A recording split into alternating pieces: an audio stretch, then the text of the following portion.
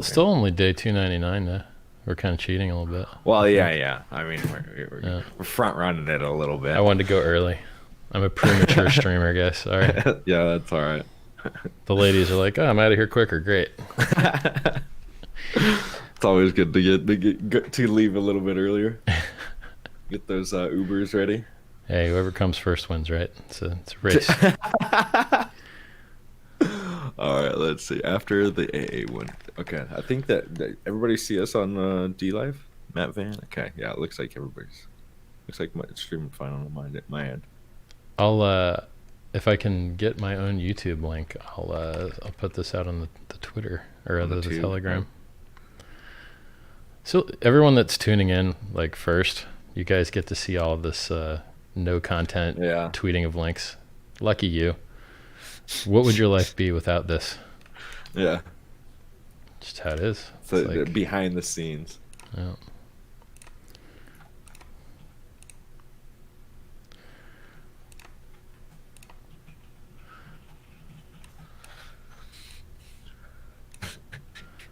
Crypto Coffee says he's simping for you, Richard.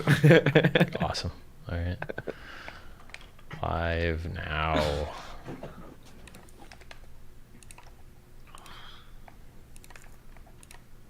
Thanks for that, Crypto Coffee.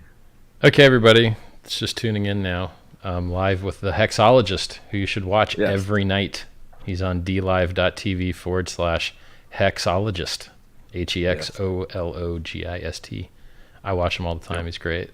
He's a lot more positive than I am. I'm a grumpy fucker compared to this dude. Well, dude, you have to take have to take the hit from everybody, man. I like after going on Twitter for the past 300 days, I'm getting like this salty. I don't know how you've done it for so many years. I'm like on Twitter, like I'm just super salty over there. I'm pretty. Yeah, like I don't know. I'm getting there. Don't worry. Salty before. It's like my goals are too high. It's like, okay, live forever, and you know, like, but also don't diet or exercise too much. What? Oh yeah, and like become the world's reserve currency, and like it's silly goals. You've got some of them completed. Well, not completed, but you know, you're working your way towards them. So yeah, people are telling me that like this thing doesn't update my my stream titles, which StreamYard? I wish it did. No, this is like this restream thing. I wish it accurately managed my streams, but apparently it doesn't. So I guess I'll just go manually change it myself, because I don't know, beggars can't be choosers, I guess. Yeah, it's pretty lame sometimes. You have to do it every day. You have to update it manually in the restream.io. You have to go in there and press update.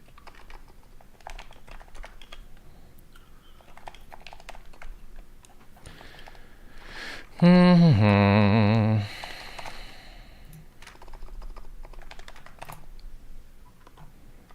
All right. Well, that should do it. Cool. I renamed the public one, the YouTube one. All right. Okay. Restream, start working. That would be fabulous. Thanks, guys. Yeah. So, man, 300 straight days. Well, 299. We're a little bit premature. Are you pretty happy with everything that's happened in the last 300 days, or what's your? I want more of everything. I want the price to be higher. Right. I want more users. I want more respect. So this is the corundum. If you're a speculator, you're basically betting on how early are you compared to other people. Yeah. Because these things do not appear to price based on utility whatsoever. Right. So they price based on people buying, and people buy when they hear about it. And then the question is, how early did you hear about it compared to other people? So from the one perspective, all this gatekeeping and hiding of HEX is fabulous for the people that are buying in now, because it makes it more possible for them to be before others. Whereas for the founder, it sucks. I want my respect now. I worked on this shit for years. It worked out amazing. It did everything it said it was going to do and more. And I want my respect now. And I see other things. KuCoin got hacked for $150 million yesterday. Did HEX get hacked? No. Ravencoin had a 5% inflation bug hack. Did HEX get hacked? No. Sushi flash crash 98%. Did HEX get hacked? No. Like, HEX is fucking awesome, and all the dead bodies are floating by us in the river as we just sit there like, oh, look, all the shit talking, gatekeeping retards keep getting hacked and annihilated as time passes, and HEX is just doing great the whole time. I want that respect now, you know, and all these influencers that like hide HEX and try and pretend it's not happening. It's it's just so absurd. And you wonder if they'll ever figure it out. You're like, oh, well, hey, guys, it's like year 10. HEX is still here kicking ass. You going to apologize now? So some dude like did this inverse Follow Me Friday where he was like, here's all the people that have me blocked. And I like get tagged in the thread, and I'm like, okay, I'll unblock you. But these usually don't last long because there's a reason why I blocked you in the first place. But I'll unblock you. And then I'm like, I wonder why I did block this guy. Search his tweets, right? Just do from : his name, space, HEX. Oh, you said anyone that free claims HEX loses all their dignity. Well, $3 billion of people lost their dignity and claimed that free money I worked really hard to make for them. What the fuck did you give anyone? What did you give any Bitcoin holder, you piece of shit, you? You gave them fucking nothing. Nothing except a time sink to read your dog shit tweets to waste their time. Like, I gave them actual value, right? So if a Bitcoin maximalist ever says a fucking word to me, it's very simple. What did you give Bitcoin holders and what did I give them? I gave them more. Fuck you. Very simple. So I mean, that's why I was a Bitcoin maximalist back in the day because I was watching your videos and like, you know, I watched Tone Vays and stuff like that. So but I mean, you kind of laid it out that like Bitcoin was the king at the time. Yeah, it was. And but you know, times like change. Exactly, times change, and you have to update your worldview. You know, your worldview, yes. Because if you don't, then you're just going to get left behind. And I feel like that's what's happening to the Bitcoin guys at this point. It's just like, dude, you guys are so dumb. Like, what does HEX do that you know, it's like, what does HEX do? It's like everything that Bitcoin does plus but more. Right. Yeah. Amazing, so it's like it's more secure. It goes up in price more. It has more features. It's like, you know, it has less negative externalities from miners dumping the price for pay for electricity. It's got more like, it's just insane to me. Like it's fucking. It really is too. They don't listen. Like they don't read the text that I write, and they don't listen to the words that I say. And then when I say them in person, I have to point out that they're being retarded. I'm like, are you listening to what I'm saying? You're like, if you liked Bitcoin, you could have made 100x more of it by buying HEX, right? And then you could have got more Bitcoin, right? If you don't claim things that are free, you're an idiot. I mined Bitcoin for free. It worked out great. It was 50 cents then. Now it's 10,500 now. I mined it for free. XLM claimed for free as a Bitcoin holder. XRP claimed for free as a Bitcoin holder. HEX claimed for free as a Bitcoin holder. BCH claimed for free as a Bitcoin holder. They're like, free money is awesome. Like this Uniswap that just got given out. Millions and millions and millions of dollars have been claimed by people that hold HEX for free because they used Uniswap, which HEX made popular and was the most liquid coin on that for a very long time.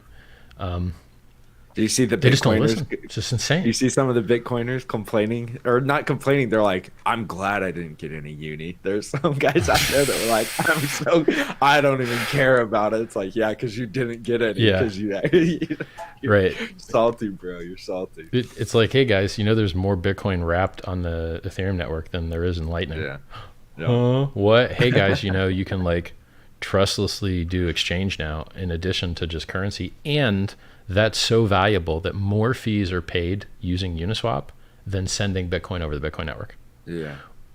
What? Yeah, more fees are paid using Uniswap than sending Bitcoin over the Bitcoin network.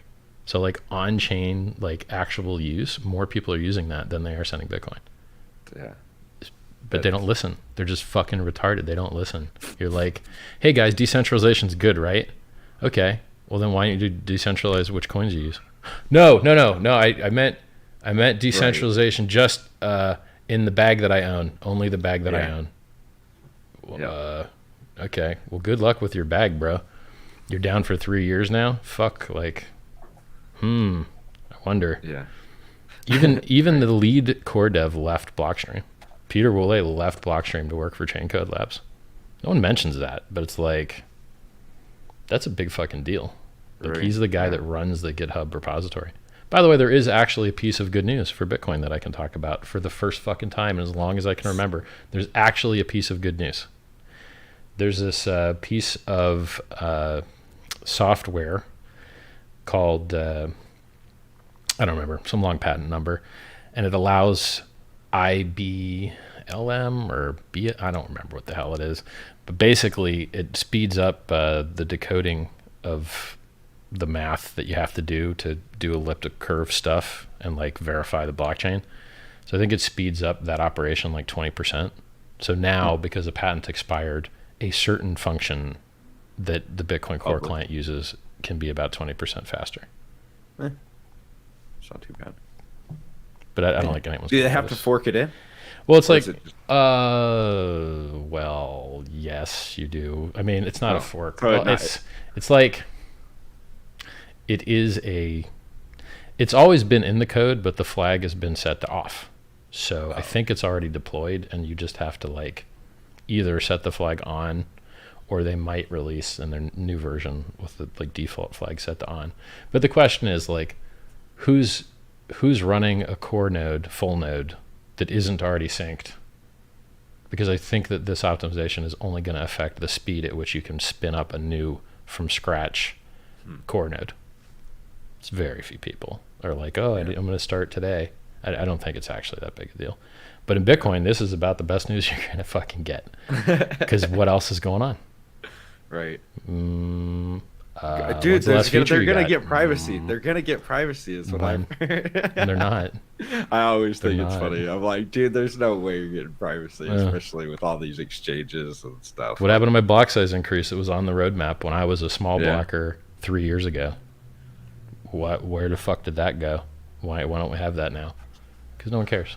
They're like, oh, let's push it on to Liquid Network so Blockstream can make money. Hilarious. Yeah. So Lightning, I had some exchanges talking about Lightning to me the other day, and I was like, why wouldn't you just use Wrapped Bitcoin? And they're so like. Well, you're just changing your counterparty risk. So, like with Wrapped Bitcoin, usually your counterparty risk is with the BitGo company, which also is all your counterparty risk if you use most exchanges, because they do like custody for a ton of exchanges. And with Lightning, your counterparty risk, I guess, is the Lightning Network and the people in it. So, personally, I trust the Wrapped Bitcoin more than I trust the Lightning Network. Because it's done more volume, and the wrapping, like it has, in my opinion, less attack surface.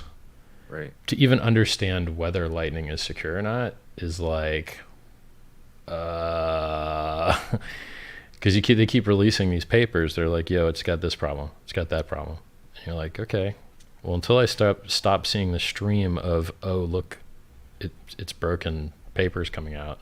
You don't have any of those papers on the Wrapped Bitcoin stuff in Ethereum. Right. There was like one coin called TBTC that doesn't have much adoption that, had a test and then turned their test off because they learned something to like start over again. But that's the only, like, there's just less attack surface. And why do you want to wrap Bitcoin anyway? Fuck it, just don't use it. Sell it. Yeah. Sell your Bitcoin for ETH, turn your ETH into HEX, and then you don't have to worry about the slow, expensive. You try and compare prices between the Bitcoin network and the Ethereum network, and you're like, okay, I want to do a transaction in 10 seconds on Bitcoin. Oh, you can't. Yeah. Oh. Okay, I want to do it in like a minute. No. All right, I want to do it in like 5. No. It's just not even possible. So how do you price that? Like, how do you price a 10 or 13 second transaction versus a 10-minute transaction? Right. Because that's the difference in average block times. And maybe the average block time is like 9.5 minutes, and because we're overrunning the difficulty retarget. And then I know that the Ethereum average block time is 13 seconds, at least it was like a month ago. So you can't really compare the two. Like 13 seconds is a much, much, much better deal, which is why you can do decentralized exchange on Ethereum, because you're getting blocks every 13 seconds. So the price isn't shifting that far. You don't like, if you need to liquidate someone, you can liquidate them within 13 or 20 seconds of when you need to. But on a Bitcoin network with 10-minute settlement, you're like, fuck, impossible. Just impossible. Can't do anything with it. I onboarded my cousins just the other day into HEX and told them, I was like, the like sending them Ethereum, because I sent them some Ethereum, sent them some HEX to have them try it out. And I was like, they're like, well, why did not just be a Bitcoin? And I was like, well, for the transactions that I just sent you that took me 10 seconds for it to get there, it would have taken at least 10 to 30 minutes at least to get your transaction, because it's got to have at least 3 confirmations before you're able to respend it. Right. There's no decentralized exchanges. There's no, like, you'd have to go on a regular, I mean, you don't have to, I guess. And if you want to de-risk and go to a stable coin, you've got to suck an exchange's dick and be like, please, please let me send you my coins and you send me some back, please. Oh, you need selfies? How many selfies do you need? Oh, you're just going to keep my money? Oh, that sucks. Yeah. Exchanges. And then once you send you your like, once you take those selfies, then you've got your accounts that you're ever going to use, like, tied to your name. You're pretty much doxing all of the transactions that you've ever spent or ever done on. And then they lose that data, and it gets used to set up fake accounts and other shit.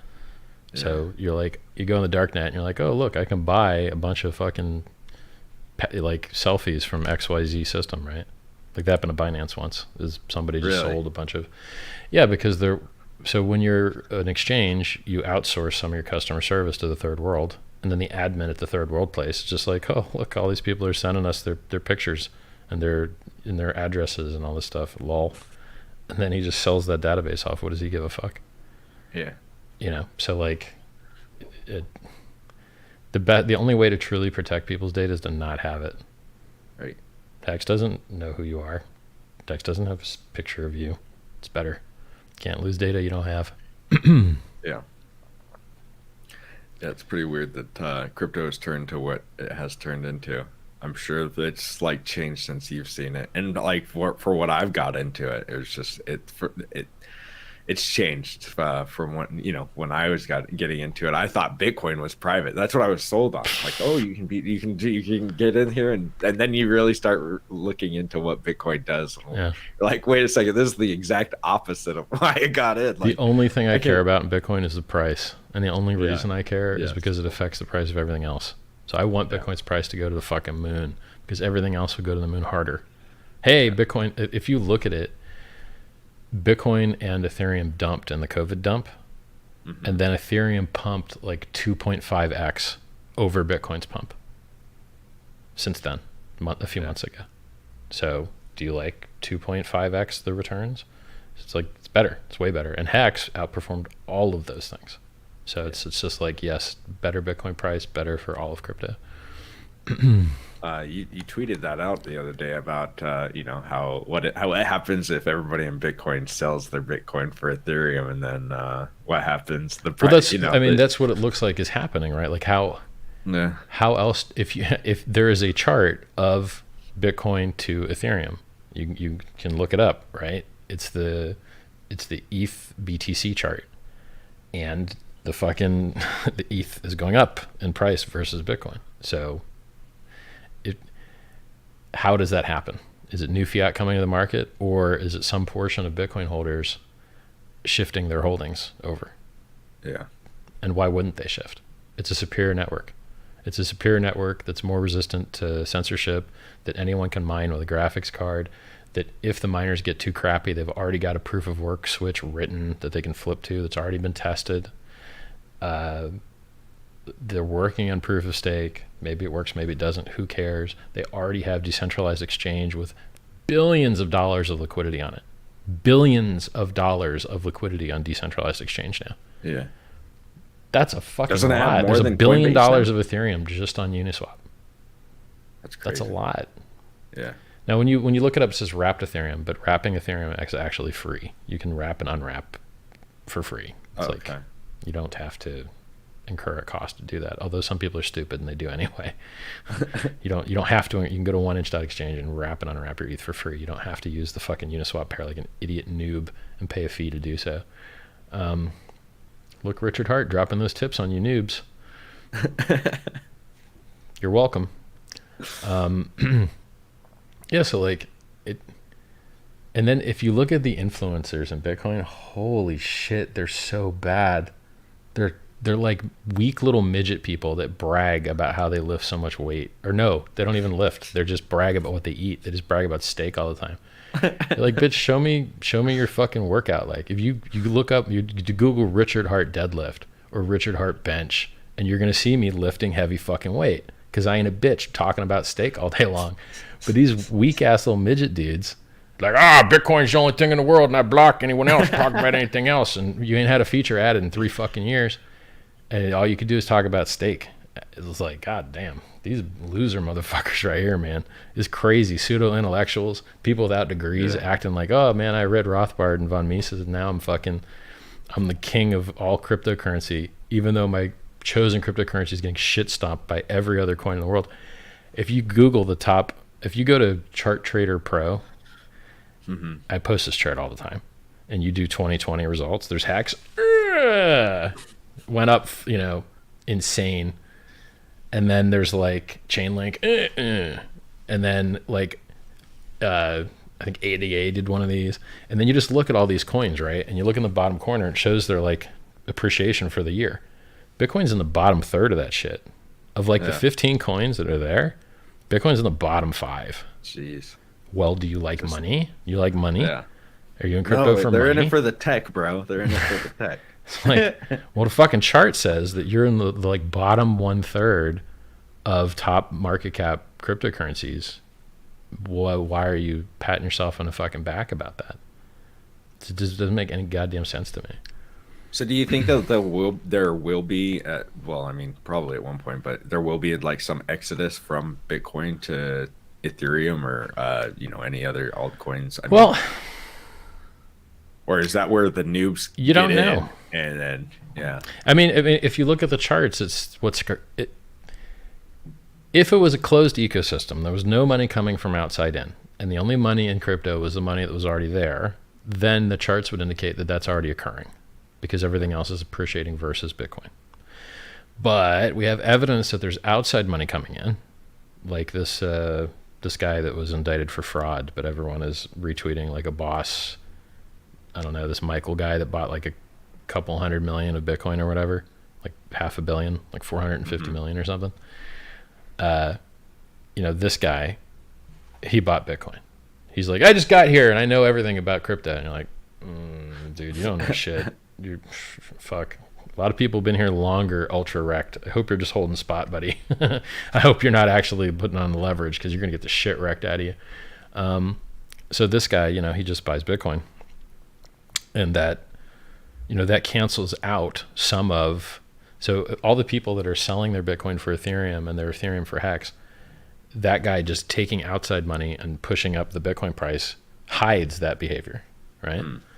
Because it pushed the Bitcoin price about 6% up was the math Wuille did, who's an asshole, but hey, I'll quote him occasionally because at least he's like trying to guess at how much this guy's pushed the price up. And then he's using numbers from Fundstrat, and they're using numbers that I think they just pulled out of their ass regarding the money multiplier of how much fiat goes in to get a certain push in the price. And that's an outdated number. Like, you have to analyze order book thickness and then guess how much of that bid support or sell pressure is real, and then guess how many hidden iceberg orders there are in hidden liquidity, and guess how much the OTC got. Like, there's a lot of guessing going on with that. Oh, this amount of fiat equals this amount of price movement. You're like, man, there's a whole lot of guessing going on there. And if but anyway, there's obviously some number. Like, if you put in X of dollars, you're going to get way more than X out in market cap and price movement and stuff. So there is a multiplier. It's just very hard to know what it is. So the Fundstrat guy said it was like, I can't remember, in between 20 and 60, or maybe it was 40. It was like 20 or 40. It's a lot, right? It's a big multiplier. You can use other guesses, like how much money did the plus token Ponzi scammers get? They got like, I don't know, maybe 6 billion of fiat to go into crypto. Price pumped from 3K to 14K on that. That was like 2 billion. That's crazy. 6 billion. Maybe. Yeah. Oh, I might be mixing them up with one coin. It's been a number since. Maybe some number of billions, right? Maybe one coin was 6, and maybe plus token was 4 or 3. But whatever. So Did those guys both get? Did they both? They both got. OneCoin's actually still running apparently. It's Really? not fully shut down. Yeah, Jeez. apparently. Plus token's shut down. It's just hilarious. It's like, where do you find all these fucking retarded noobs that buy coins that don't even exist? When I'm like shilling the hardest imaginable, like tweeting 1 million times a day, doing live streams. There's people got bus ads, billboards. Apparently there's a game tonight, a soccer game. Yeah, it's on right in now. the UK. Oh, well, apparently there's some HEX ads in there, I hear. Yeah, we saw it. I tweeted it out. Nice. You know, how are these idiots buying fake coins that don't even exist when there's a real one that kicks ass that's being shoved down their throat? Like, what are they just missing? Like, I would love to know where these guys are hiding to only receive the scam ads and not the good ads. You're like, broaden your horizons, guys. Stop reading the scam only site. You know, where's the scam only site that these guys are browsing? Yeah, I don't know. It is crazy to think about $6 billion worth of money, but aren't they mostly Chinese? So it's kind of like I think. Well, OneCoin was very international, and then Plus Token was just Chinese, basically, or just Asian. So just it's like when I designed HEX, I had to decide whether I'm going to go for the purely technical pitch, where the nerds, the pseudo intellectuals, think that they understand why things go up in price, and then think that things that are more technically valid do better, or hey, we actually talk about price and here's the stuff that really matters. So there's like you have to choose whether you're going to just pretend that so here's your options to promote your cryptocurrency. Option 1, you do the same things that the scammers do, which is flashy graphics, cool sounding intros, language that the people could understand. Hey, number goes up. Right. Look, number goes up. Right? That's one option. And that worked very well for those scams, right? They didn't even have a real product, and they did fantastically well. That, I believe, is a more scalable approach because the majority of humans is not in crypto. So I think that's a more scalable approach. However, in HEX, the majority of the sell pressure that we see is not from that class of people. It is from people that are already in crypto. And so it kind of sucks that we didn't just go the pseudo-intellectual beat them with buzzwords bullshit route, where people that hit your site are like, oh, I'm smarter than other people, and I think that because I can kind of understand some of these words that I should buy this, and then I'm early, and then everyone else will buy later, right? Yeah. And that's what the pseudo intellectuals think. They go to a website and they see that it's got bad marketing and a bad site and a hard to understand white paper that no human can understand, and they're like, I'm going to buy this because it looks more legit, even though it's got fucking admin keys and there's like no protect moat to protect the code, and you're just like, and they it just fucking kills me. I mean, I don't think that they can understand HEX if I'm. Well, that's what kills me is like, I understand cryptocurrency better than they do. Yeah. But they're too stupid to understand that I know more than they do. They don't get it, right? So like I know every part of cryptocurrency better than they do, and then they think that they know better than me. And it's like, no, it is crazy. No, yeah. And not only do you know like cryptocurrency and how it works, but you know like the community of crypto, like like you know it better than they do, because most of them are like, you can't talk about price, but that's literally all that the community cares about. That's all anyone gives a fuck about. Right? Like that's all anyone. Like cares you're the about. first person that like said anything about that, you know, like that I've seen. It's just like Vays does a show. I don't know if he does it every day, but he does it on Bitcoin's price. He doesn't do it about Bitcoin's upgrades. Well, wouldn't be a show because there aren't any upgrades. It's not fucking like you're not going to have a show at that point. This is like crypto news media. It's like if you don't cover altcoins, you're just going to go out of business because there's nothing else to talk about. So you either cover alts or you close up shop, and you either advertise for scams or you won't have any income. Bitcoin ain't sending you no fucking money. So like who's advertising on Etherscan? Gambling sites where you get wrecked, shitcoins where you get wrecked. Who's advertising on, like, the vast majority of things that are advertised get you fucking wrecked. The very, very small, very rare minority is an honest project advertising. It's like very fucking rare, super rare. HEX and Bitcoin ads are the only ones I can think of off the top of my head. They're like, yeah, these are legit. I like how the Bitcoiners are hooting and hollering about their bus ads after 6 months after HEX has done it. They're like, and then they hated on HEX while we did it. While they can claim it for free. They're like, hey, assholes, $3 billion of Bitcoin guys claimed their money for free. Do you like free money? Quit shit talking your free money. Maybe wait until you sell, you idiots.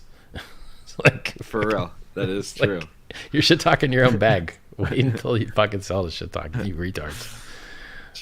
Dude, that was super intelligent. I thought, like, I always the Bitcoin free claim where they have to, 90% of it is staked for 350 days. It's like, dude, if you want somebody to watch your coin for the next 350 days, you make them just, you get 10% for free. Go ahead, but then you're gonna hold it. And those people are going to come back and be like, holy smokes. If they're smart, it went up. Like, do you want the thing that went up a lot or the thing that went up a little? Oh, well, I like the thing that went up a lot. Oh, cool. Well, stick with that then. Yeah, it was a great design. Great design on that. It's awesome. Somebody in chat asked a few times why HEX isn't ranked well on CoinMarketCap. Because they're gatekeepers. Here's how ranking in CoinMarketCap theoretically works. You pay money as a coin to a centralized entity, a retarded, unreasonable amount of money, to list on their centralized dog shit, which crypto is invented to get rid of centralized counterparties, right? So you do the opposite of what crypto is invented for, and you pay a shitload of money to list on some exchange, which convinces other people that like your coin to go risk their money on that place. And then if you do that often enough, and there's enough wash trading or bullshit volume, right? Then you are blessed, and then you can be on the golden anointed land of have overpaid to third world country people to get listed, to convince other people to risk their money there, to fucking convince them to pay fees there. All the opposite of why crypto was invented. It's fucking disgusting. Yeah. So if you look at coins that are listed in the top 100, you see that they are on a few exchanges. So HEX is listed on 3 of CoinMarketCap's trusted data partner. Well, motherfuckers, I guess you don't actually trust them because HEX is on there and it still ain't listed on the front page. It's being manually gatekept by someone there. And when I find out that motherfucker's name, just saying, whoever you are at CoinMarketCap that's gatekeeping HEX, if I find out your fucking name, you're going to realize I know it. Because I know there's a human being over there that's doing this shit, and he's got a name. I'll find it. Really pisses me off. I let you fuckers slide for months and months and months. Now the fucking launch phase, that was about a year long, is 90% over. 85% over. Some large fucking number of percent over. You guys took too fucking long. I'm upset with you. It really bothers me. Because it's the opposite of what crypto was invented for. The more scam, garbage, trash they list on that front page, and they don't put HEX on the front page, it puts people into unaudited garbage fucking projects. They're doing harm in the world. It blows my mind that people that profit on you getting fucked by fees, getting fucked by counterparty risk, getting fucked by $150 million hack like KuCoin yesterday, these assholes promote that. That's how they make the fucking money. That's the opposite of crypto. CoinMarketCap makes its money by selling ads to people that fucking jack you, period. And they incentivized coins to go give lots of money to other entities to list the coins, to get the retail to risk their money in those fucking places, and then they get hacked and the fucking money gets stolen. It's all disgusting. By the way, how's it good for a retail noob to hit a list of 1,000 fucking shit coins, 80% of which are horrible? And I'm being fucking generous with 80%. It's much higher. How is that good for anybody in the world? How is that good? It's not fucking good. Oh, well, we don't believe in centralization, so we don't do any curating. Oh, that's funny, because you got us fucking curated on the third page. The people that made Uniswap popular, the people that don't have admin keys, the people that have amazing price performance, the people have a founder with a fucking face, the people that delayed their launch for a year to get the security right, that have 3 fucking security audits. The better, superior project with a 3-letter .com domain name, the amazing looking logo, the great fucking community, the real people with real faces and real names fucking promoting it all day long. That fucking thing is the thing that you're gatekeeping. It's disgusting to me. And they're costing people money with that shit. Why do you think they are gatekeeping? Like, do you think it's just probably raw hatred? Because Trump is president, okay? Right.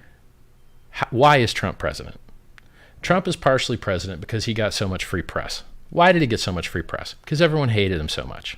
Could he have got that free press without being hated? No, he couldn't have. So how much press has HEX got? Basically all negative press. Why? Because crypto's a bunch of player-hating assholes that don't go back and say, I'm sorry. So Mr. Fuckface that says if you free claim HEX, you lose all your dignity, but $3 billion of Bitcoin holders mint it for free. Does he apologize? No. The little fuckwit doubles down and goes, well, I guess all 18 million didn't lose their dignity. Like a little bitch, right? So I work real hard to give his homies free money, and he cries like a little bitch. And what is he doing to give me free money? Fucking nothing. Who else? The guy that's Mr. Fuckboy news article writer boy. I don't remember what site he works for.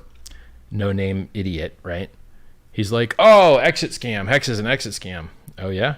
Well, who exited? I only see the community fucking grow. And what features got deprecated? I only see features got added. And what things got worse? I only think things got better. But does this asshole go back and fix his fucking shit article that still ranks in Google? Tag that bitch on Twitter, by the way.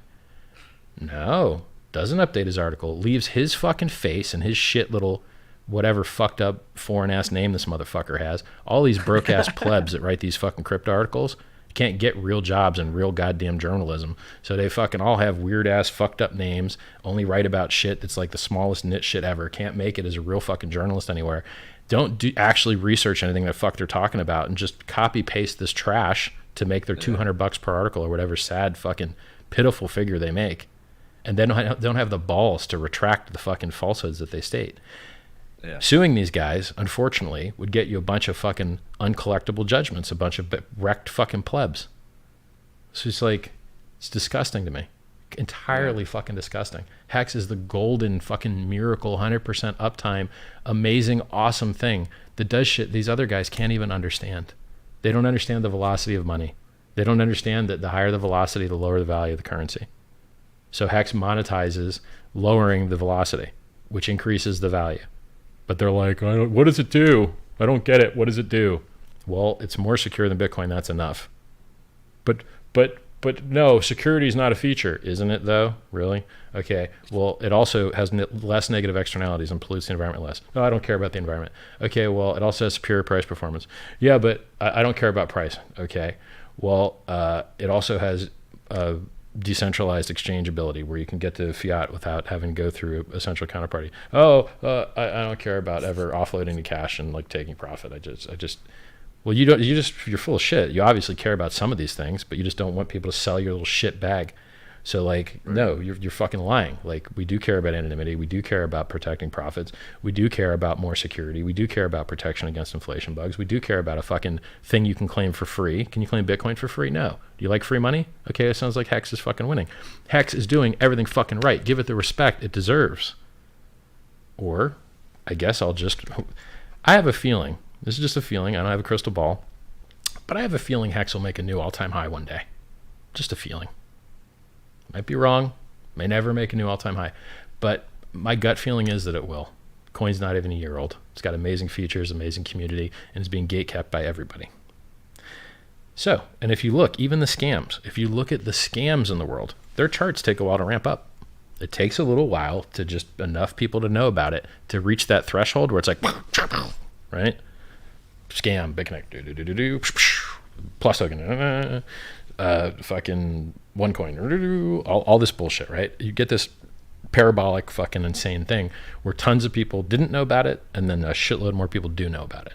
So whatever causes that to happen, I think that there's a very real possibility that could happen in HEX. Because it's like what makes one video go viral on the internet? Not sure, right. But they do. Yeah. It happens. So if HEX makes a new all-time high, which I think it will, I can't wait to shove it in their fucking faces again. Because for months I was just like, hey guys, every couple hours I got to update my username with how many X Bitcoin is up versus everything else. And then they probably were getting bothered by that for a while. And now they've had 3 months off. So they've had 3 months off. And I can't wait to fucking hammer it down their throats again. Like, hey, all you shit talkers that didn't want your free money, you're missing 90% of your stack now because you're so late. In 2 months, you'll be missing the rest.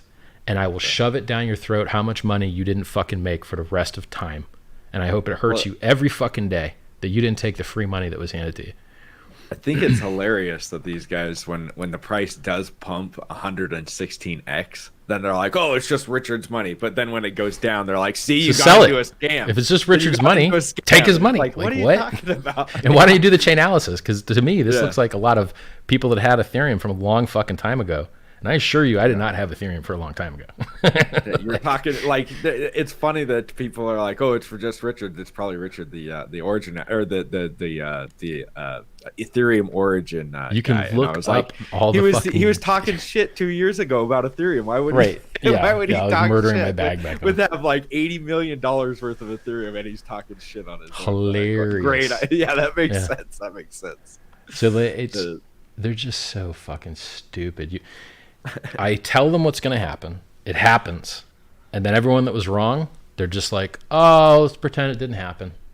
I was like, hey, guys, Ethereum beats Bitcoin, Bitcoin beats the dollar, and HEX beats both 2020. That's what I said. That's what happened. Where's everybody else's predictions? Right? I was like, fucking, why don't they learn? Why don't they learn? If you write an article and you're wildly wrong, stop. Stop being wrong. Apologize. Write something to cancel out the pain and horror that you cause people early for no fucking reason. All this gatekeeping, by the way, it hurts the entire community. Yeah. All of these people that are getting scammed by garbage are getting scammed by garbage because they didn't invest in HEX. You're not like... Stop hurting the fucking cryptocurrency ecosystem by funneling attention into things that are trash, that don't have security audits and are not safe. Stop doing that, you fucks. And who's doing it? All of the influencers and all of the exchange owners. All of them. And all of the ranking sites.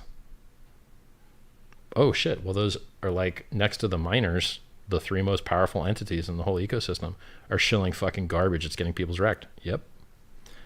And who's promoting not trading? Yeah. Who's promoting things that have security audits? Who's giving away things for free? And the assholes that talk shit, what are they doing? Causing harm. So yeah, it's really weird that they would want. It's like they like what is it? I think Alan said it, and you've said it before. The Schadenfreude or something like that. Schadenfreude. Where it's like you see, where you see somebody getting wrecked and you have pleasure in it. Which is like, you have that in some things, but it's like I don't know, man. They must love it because I've called out so many people in the last couple of weeks. I like it. Fuck them. Look, man, we were nice and chill for 8 or 9 months. Okay, we did that. Now let's try the other thing, because being nice didn't fucking work. No. So okay, you guys don't like when we're nice? Fine, we'll be not nice because fuck you guys. We're gonna do anyway. We can do trustless distributed ecosystem. Kill Richard. Take Hex.com down. Hex don't give a fuck. Don't matter. Bunch of other front ends. So it's like they got more to lose. We're the underdog here. Very true. So I don't see how we're gonna lose in a battle with these fucks. I see how they'll lose, not us. So I was gonna ask you. So how long does the shares? Like I know that the shares will continue to go up forever. Well, it'll go up forever. Yeah. But like, what did you guys do a simulation on how long that would go on for? I misunderstood how it worked, and Kyle had to like explain it to me better. So even when you design something, like modeling how it works after is fucking complicated. HEX has emergent behaviors that are even outside my design parameters, which have worked out really cool. I didn't expect people would be emergency end staking to make longer stakes to get more shares. It's awesome. Great. Like that's great. Yeah. Fabulous, right? Didn't expect that. I didn't expect people to build on top of it so quick, and we saw some people did that. And the share rate, I thought, was always based on the maximum profit. But it's actually, it goes up even if there's never a new maximum profit. So the way the share rate system works is it makes sure that you can never, ever, ever get more shares with a stake that you just ended. Mm-hmm. So I don't care how much money you make, how much profit you make in HEX. when you end your stake, no matter how much you make, the system will look and go, okay, congratulations on your profit. Now we're going to up the share price to make sure that if you restake that money that you just got, that HEX that you just received as profit plus principal, if you restake that right now, you will get the same shares or less, period, no matter what. So if your stake ever ends, no matter how much profit you made, you will never be able to restake it again and get more shares, ever. Never. Yeah. The best you can possibly do is break even. And if anyone else moved that share price higher than you would have, then you're not even going to break even. And statistically, the chance that you're the guy that moved it all the way up is very low. So statistically, it's very extremely likely that you will get less shares than you had before your stake ended, which is why longer stakes pay better, because of that ratcheting mechanism. And the ratchet only moves up, price only goes up. So even if one day there's never so let's say the giant, huge, massive, big payday payout, it's a huge profit input. It's probably the largest profit input that will ever occur in the entire system in a single day, by far. I mean, you're talking about like a 50% increase. So I estimate the circulating supply, or the total supply before big payday on November 19th should be around 476 billion. And then the big payday right now is like 183.7 billion. Mm-hmm. And 183.7 over 476 is 38.6%. So that's like a 38% payout to the staker class credited on that day. I don't think there's any other mechanism by which you could generate that. That it's maybe there's some way to like end a zillion stakes at once. It's most likely the largest payout that will ever occur in the entire system ever. Yeah. That will cause the end stakes right after that payout to have huge share rate increase. The share rate will explode because it has to, because otherwise those guys could take their profit that they got and restake it and get more shares. And the systems would be like, no, you will only always have less shares, period. So that's why the rarest thing in HEX isn't the HEX, it's actually the shares. Mm-hmm. So I am very excited to see what the share price ends up being. And I'm very excited to see how people's staking behavior is up into the big payday. And it never stops going up, the share price. Whether someone has a new all-time high profit or not, it will never stop going up. So you think that'll go on for forever? It'll just, there's not really an end. It will exceed your lifetime. Okay. So with a maximum 120 year human lifespan. We're going for life extension here, bro. Yeah. Well, I think we're good for like 155 years or something like that. Okay. And you know, I think we're gonna be okay. All right. I mean, that's fine with me. I was just wondering. There's some people out. Because I like when I misunderstood it a little bit, I was like, okay, well, maybe the share price will max out after big payday because it's the largest profit input the system ever. But nope, it has to keep going up to make sure that people never get more shares. Yeah. So it's just going to keep going up forever. But on the chart, I think that this will be the largest like single day increase ever by far. Yeah. I think I like that simulation that he did. The if you see how the 10-year, I don't know how accurate that is now since it's not even, but I don't know. I did kind of some predictions on it, and I don't know if those are correct. But right at the end of the launch phase, I was saying like almost 6. You're gonna probably around, if it still is the same amount of people stake. I think you could take 6. A guess as to how high it's gonna go by like looking at which person would have the highest amount of profit. And then hopefully they would an emergency end stake too. Well, it doesn't matter if it's emergency or not. Like you could just look at whoever has the highest profit that has a naturally ending stake on that day, like on November 20th. Yeah. So whoever, and this like timing thing, like I'm not really sure whether the price is going to ratchet the hardest on the 19th or the 20th because it's like this fence post error off by one hard to like, is it the beginning, middle, end of the day kind of thing? I haven't really spent the time to really get that. So now, when you find it out, let me know, because everybody always asks me, when is it happening? I'm like, dude, just be here for the last week. I can't, I'm not telling you because I don't want to wreck you or something. Like it's different in every time zone, right? So then you have to talk UTC, and then it's like it also matters who ends their stake, and just because someone's stake is scheduled to end doesn't mean they actually end it. They could they could good accounting it, which doesn't end it. And then actually, like, does the shares go up with that? I'm not sure. I don't know. Okay. I'm not sure if good accounting actually ratchets the share price. I'm not sure. Okay. I have to go read the code. So it might. I'm not sure. My gut feeling is that like it requires coins to be minted, but I might be wrong. The share price might indeed ratchet on good accounting. Ask Kyle. Kyle probably knows it better than me. Kyle. He's super smart, dude. So it's like,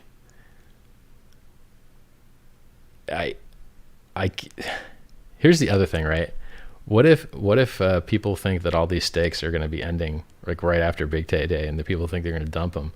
But what if those guys, they don't sell? Yeah. What if they restake? And then people are like, ah, shit, no cheap coins. You don't know. Like I have no. When someone ends their stake, I don't know. Like, what have people been doing when they end their stake now? Are they restaking? Are they dumping? I mean, the price looks like it's pretty stable right now, so it doesn't feel like they're dumping. But you could go and do this research, right? Like, what is the average staker behavior when he ends his stake now? Is it to sell or restake or just hold liquid? I don't know. But I'll tell you what, if I was trading HEX, I would fucking know. That seems like something good to know. Because then at least you know what now's behavior is, and you can make a guess as to whether you think that behavior is going to continue. It's kind of cool that you could like see what the people have been doing, what the big whales have been doing, if they've been restaking their profits, if they've been restaking or just selling off their interest, or having that truth engine in there. It's really it's pretty awesome to see. I mean, I don't take the time to figure that stuff out. I did the math. I posted it, bro. There's been an average of $10,000 a day. Now this is using today's price, right? So if you take all of the emergency end stakes, and I think that's where the majority of these penalties are coming from. I don't think most of the penalties are from late end stakes. I think they're from early end stakes. 880 million HEX has been paid in penalties, and that is about $10,000 a day at today's price. Now, obviously, those penalties were worth less back when the price was lower, and because HEX has appreciated so much, the majority of those penalties went when the price was lower. Maybe some guys, when the price was twice as high from now, I think we had some emergency end stakes up there too. So those guys paid heavy. But it's interesting to me that like the stakers benefit. And I think when I made that tweet, people don't understand that the stakers benefit from that. The stakers are getting half of those penalties. Yeah. So the stakers got 500 million HEX as rewards for being stakers. There's only 800 million HEX in Uniswap. So, like, the entire liquidity of Uniswap on the HEX side is what the was paid in penalties by emergency end stakers. That's the game theory working. Because if you didn't get those guys penalized then, when they fagged out and dumped their bags with their weak little frail hands later, when the price was higher, it would hurt more. So if the little weak hands want to sell and get the crap penalized out of them and pay heavier penalties because they're selling at a shorter period into their stake, it's like awesome. It's like, oh, look, it's like a weak hand detector. Weak hand detected. Yeah. Oh, earlier, great, larger penalty. Get shaken out now. Oh no, what has happened? The price has gone up without me. And they buy in and they have less. You're like, well, somebody else benefited from your loss. Yeah. Like they not only from the penalties, but somebody got your money, right? Like if you bought in and you had a bunch of coins and then you sold and then you had to rebuy higher and now you have less coins, but you still put the same amount of money in. Well, someone got that benefit from you, right? So some other party on the other side of that transaction ended up with your coins or your money that you used to have. So I think it's cool that you even called it out earlier, or before I think HEX even was out, or maybe very soon was, or like after. But when you called out that people were going to FUD the price down, every trader as soon as he sells. Penalties. I mean, we saw some people in the HEX community that were, they were fudding it. I thought it was funny because I was just like, oh, they're joking around and trying to FUD the price down. I didn't think there was that big of a deal until it was like, oh wait, they're actually like literally trying to like tear apart the community. Yeah, they're trying to kill it. Like when a trader sells his bag, he demonizes whatever he sold so hard, makes up shit. Yeah, it's like unreasonable, because if you follow traders, they're bipolar, they're schizophrenic. They're like, long, everything's amazing, we're going to 1 million next year. As soon as he sells his bag, oh fuck, it's all over, Mt. Gox is selling. Oh, rich guy's buying. And then you're just like, dude, no one's either buying or selling based on your shit. You just look stupid. Like you don't even have enough followers to influence the price. You're just obviously selling. You're not a reliable source of information. You're just schizophrenically tweeting out whatever bias you think based on your position. And because you're not a long-term trader, your positions flip-flop like fuck, so your opinions flip-flop like fuck, and then everyone that listens to you just gets wrecked. So it's like...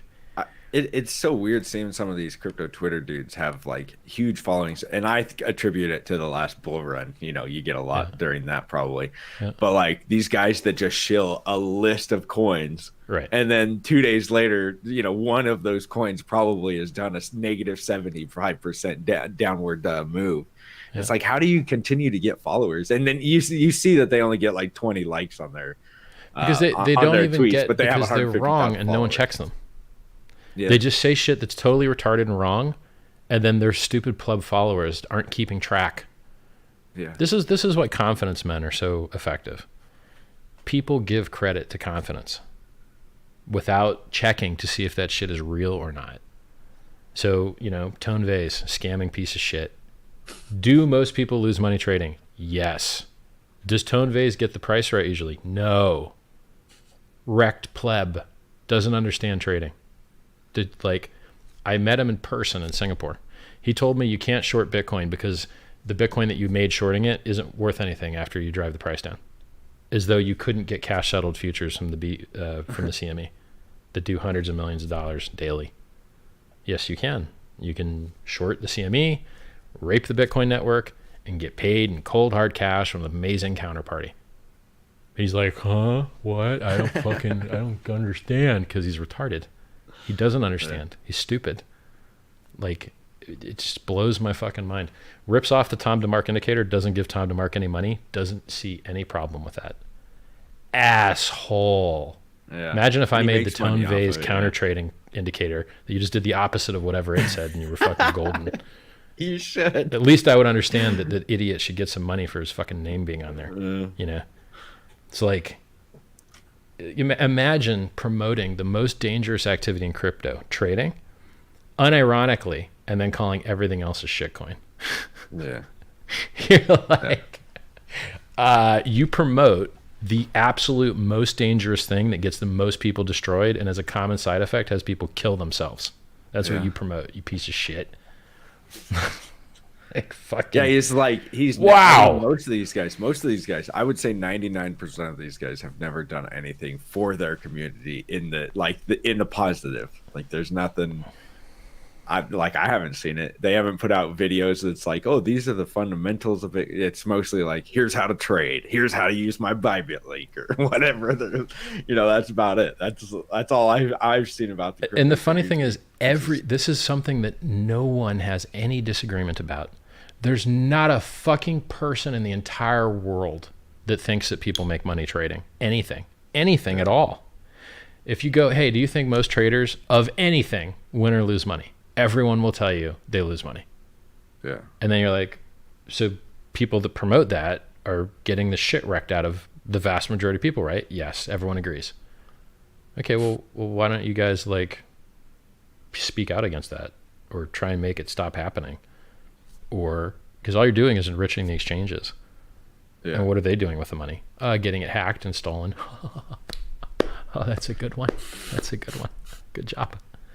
Yeah. And putting out ads to lure more people in there to feed the hackers more money.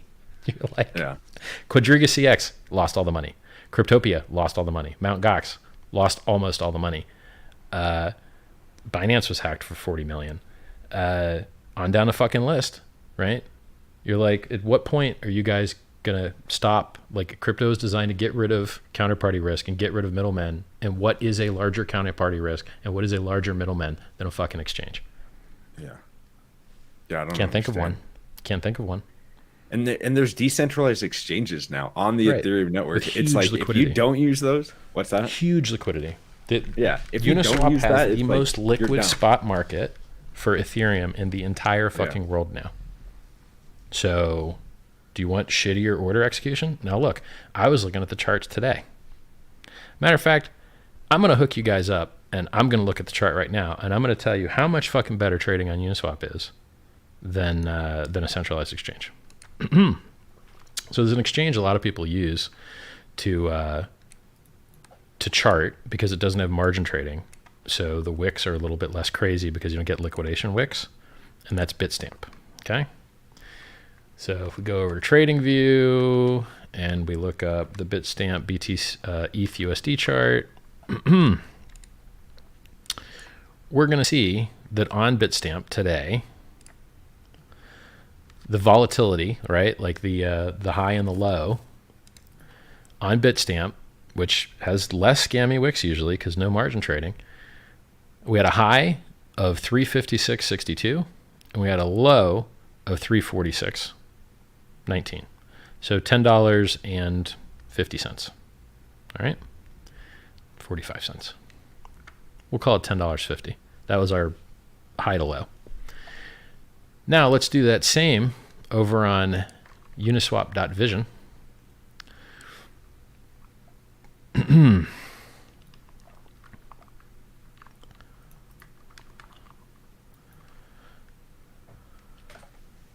So go to uniswap.vision and then go to ETH USDC. And there's actually, it might even be more liquid on the DAI pair or USDT pair. Let me see which one's the most liquid. Because what we're doing is we're comparing Bitstamp ETH USD versus Uniswap ETH USDT or DAI or USDC. I don't think DAI is a really good comparison because it trades at a premium usually. Like DAI is more valuable because it can't hold its peg properly.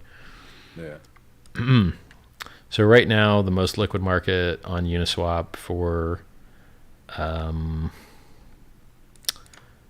stablecoin is USDT at 261M, USDC at 216M, and DAI at 186M million.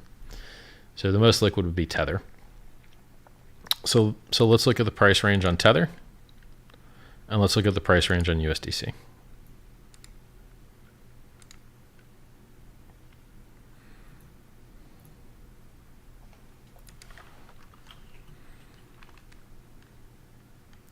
So ETH USDT today had a high of 253 and a low of 253. That's a $1 range. Whereas on Bitstamp, it had a $10 range. Wow. That's a big fucking difference. Yeah. That means like, so right now the price is 253.45 on, and this is for Tether. Let's check USDC. Let's see if it's any more wide. High 253, low 252. Well, holy shit, that is a much more liquid market. Yeah. Much more liquid market. And that's because there's $1 billion of Ethereum bid support. Or there's $1 billion of Ethereum and about $1 billion of stablecoin sitting in Uniswap. And there is not $1 billion of Ethereum or $1 billion of stablecoin sitting in the order book of any other exchange in the world. There's not at all.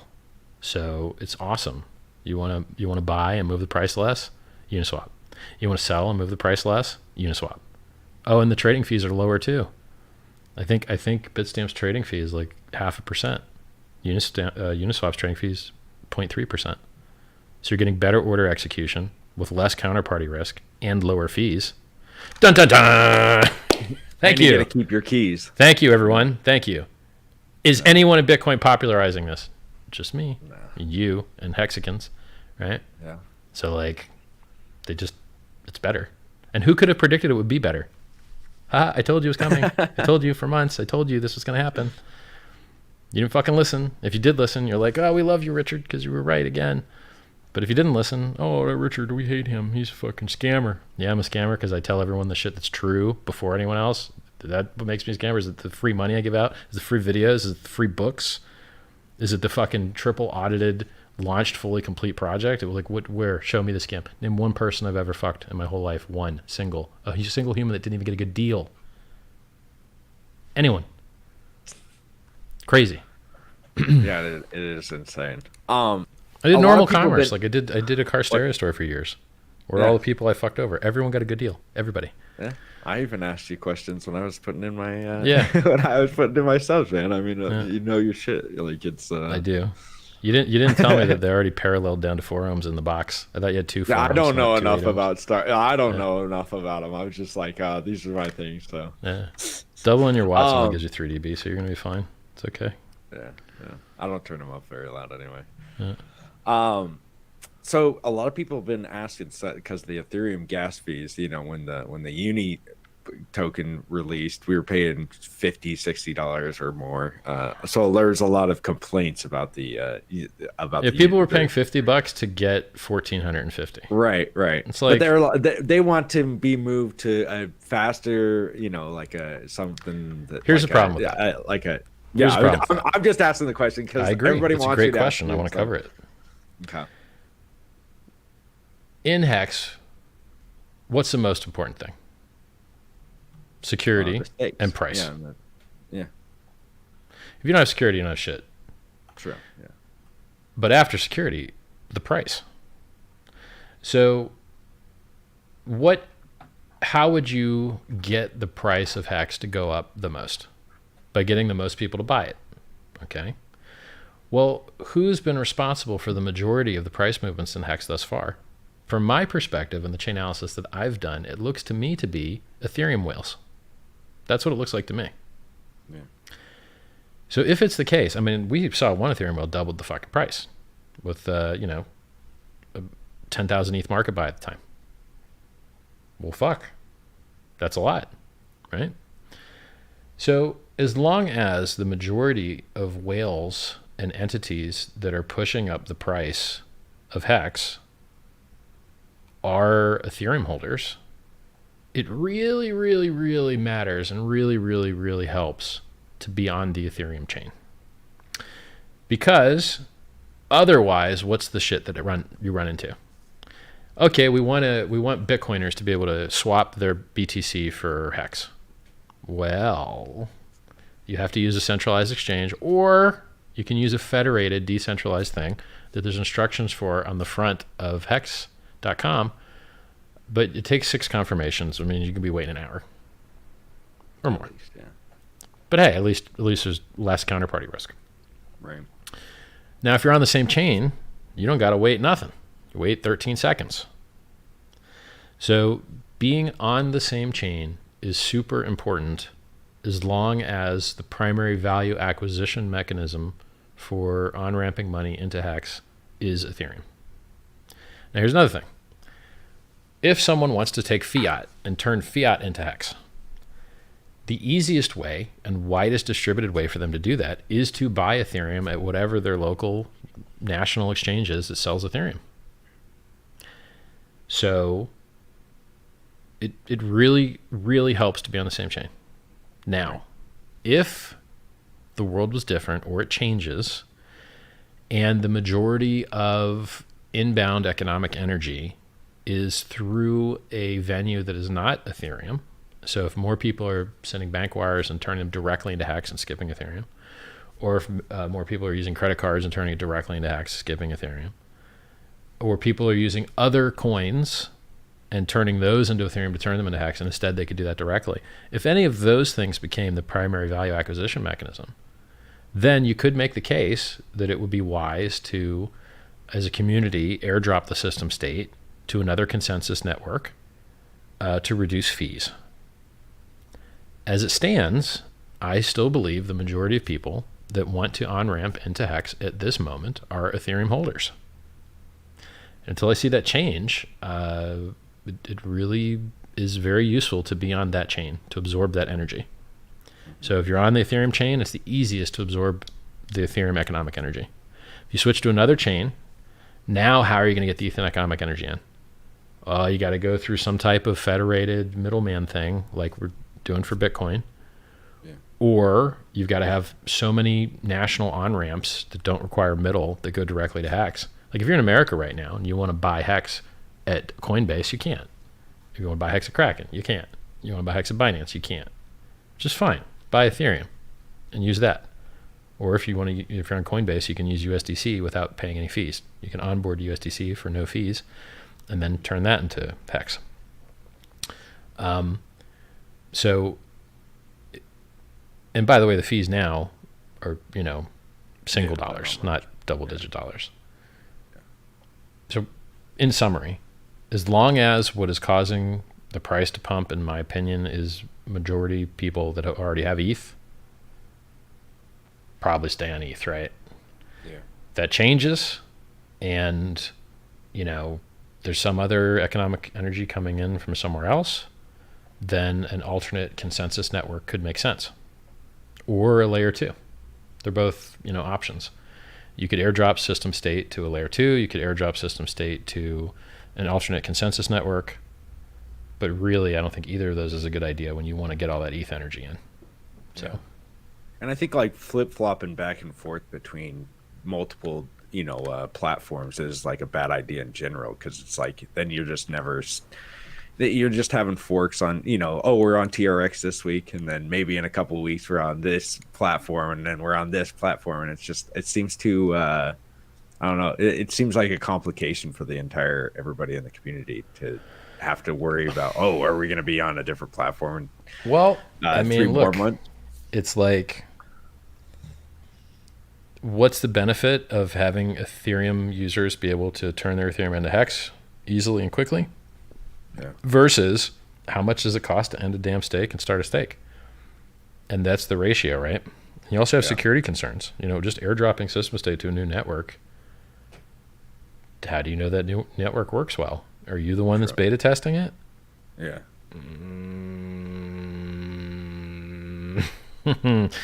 We know HEX uses things that are battle hardened for years. No problems for years. That's a nice thing to have. And historically, high fees don't last forever. Historically, they come and go. Who knows?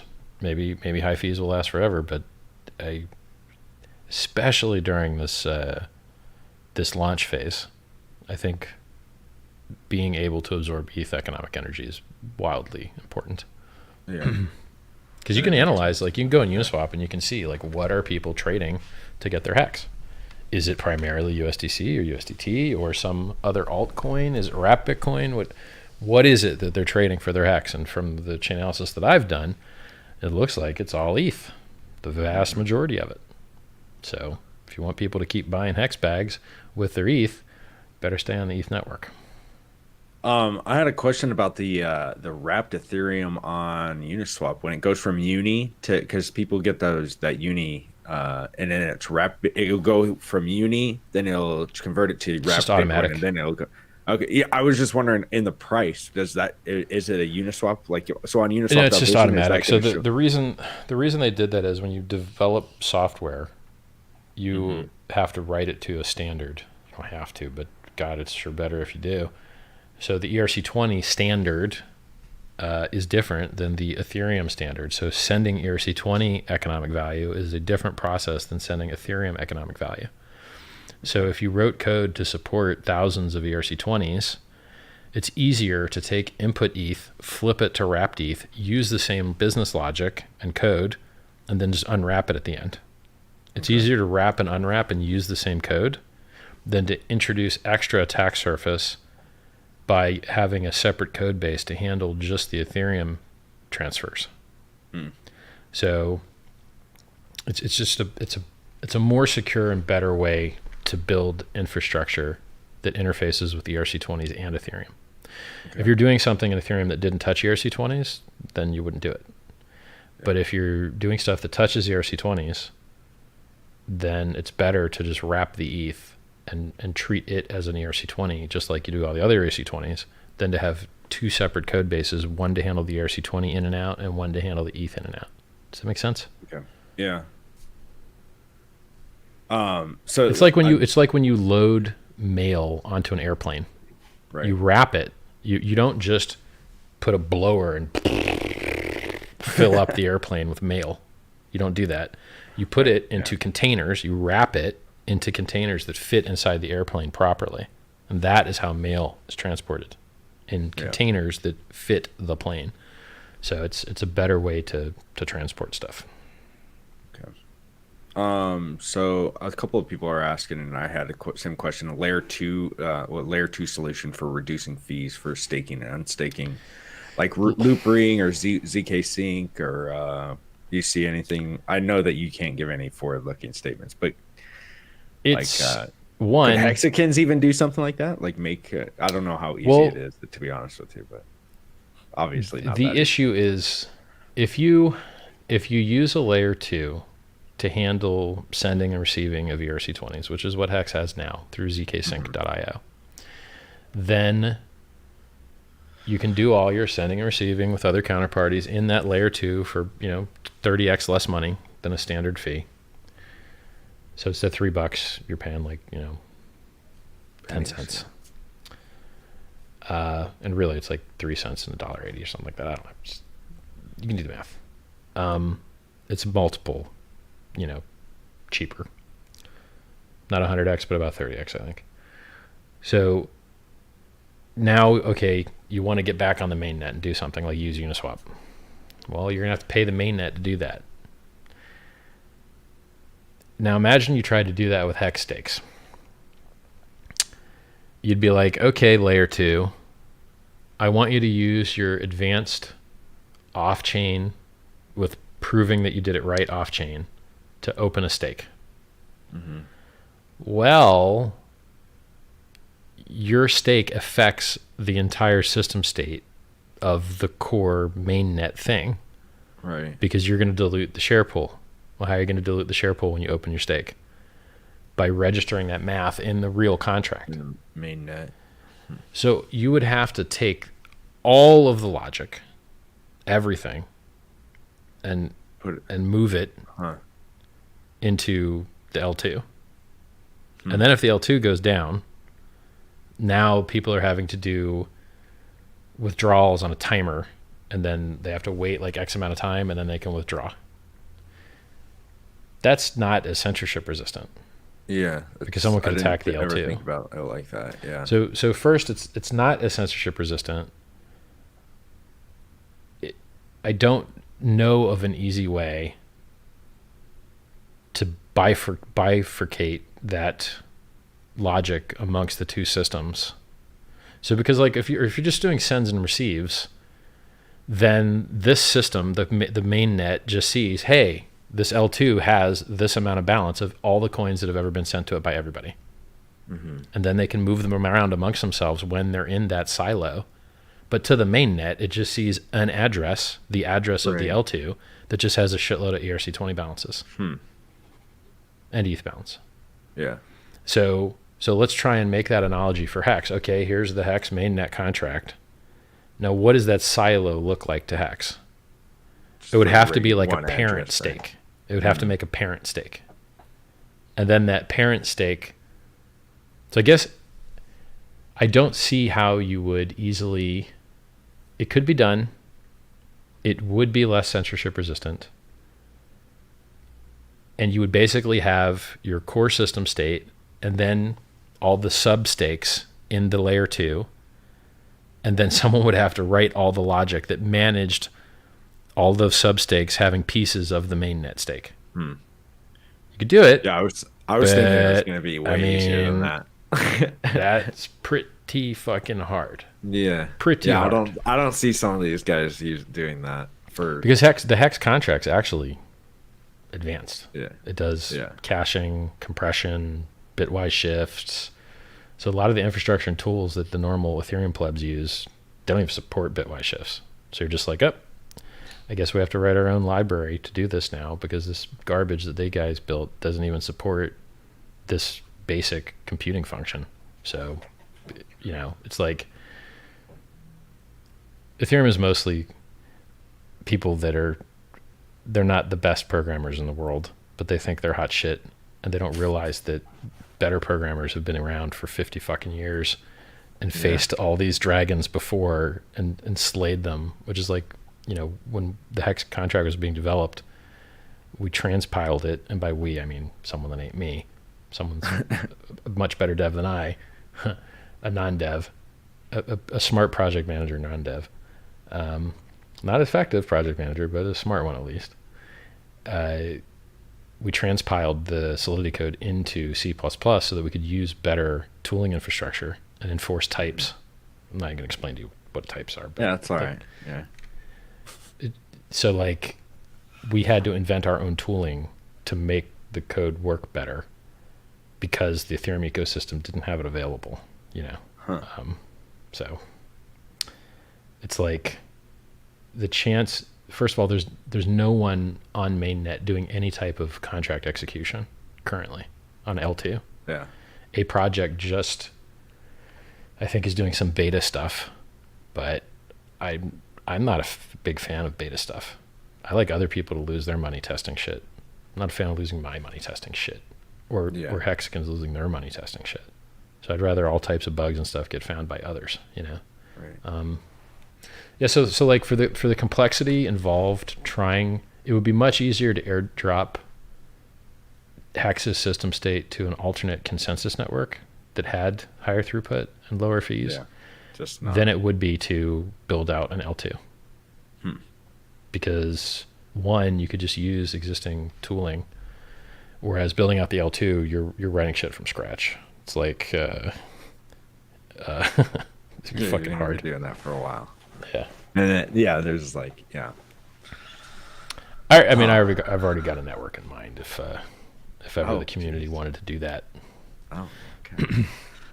just want to get as much Ethereum people as we can first.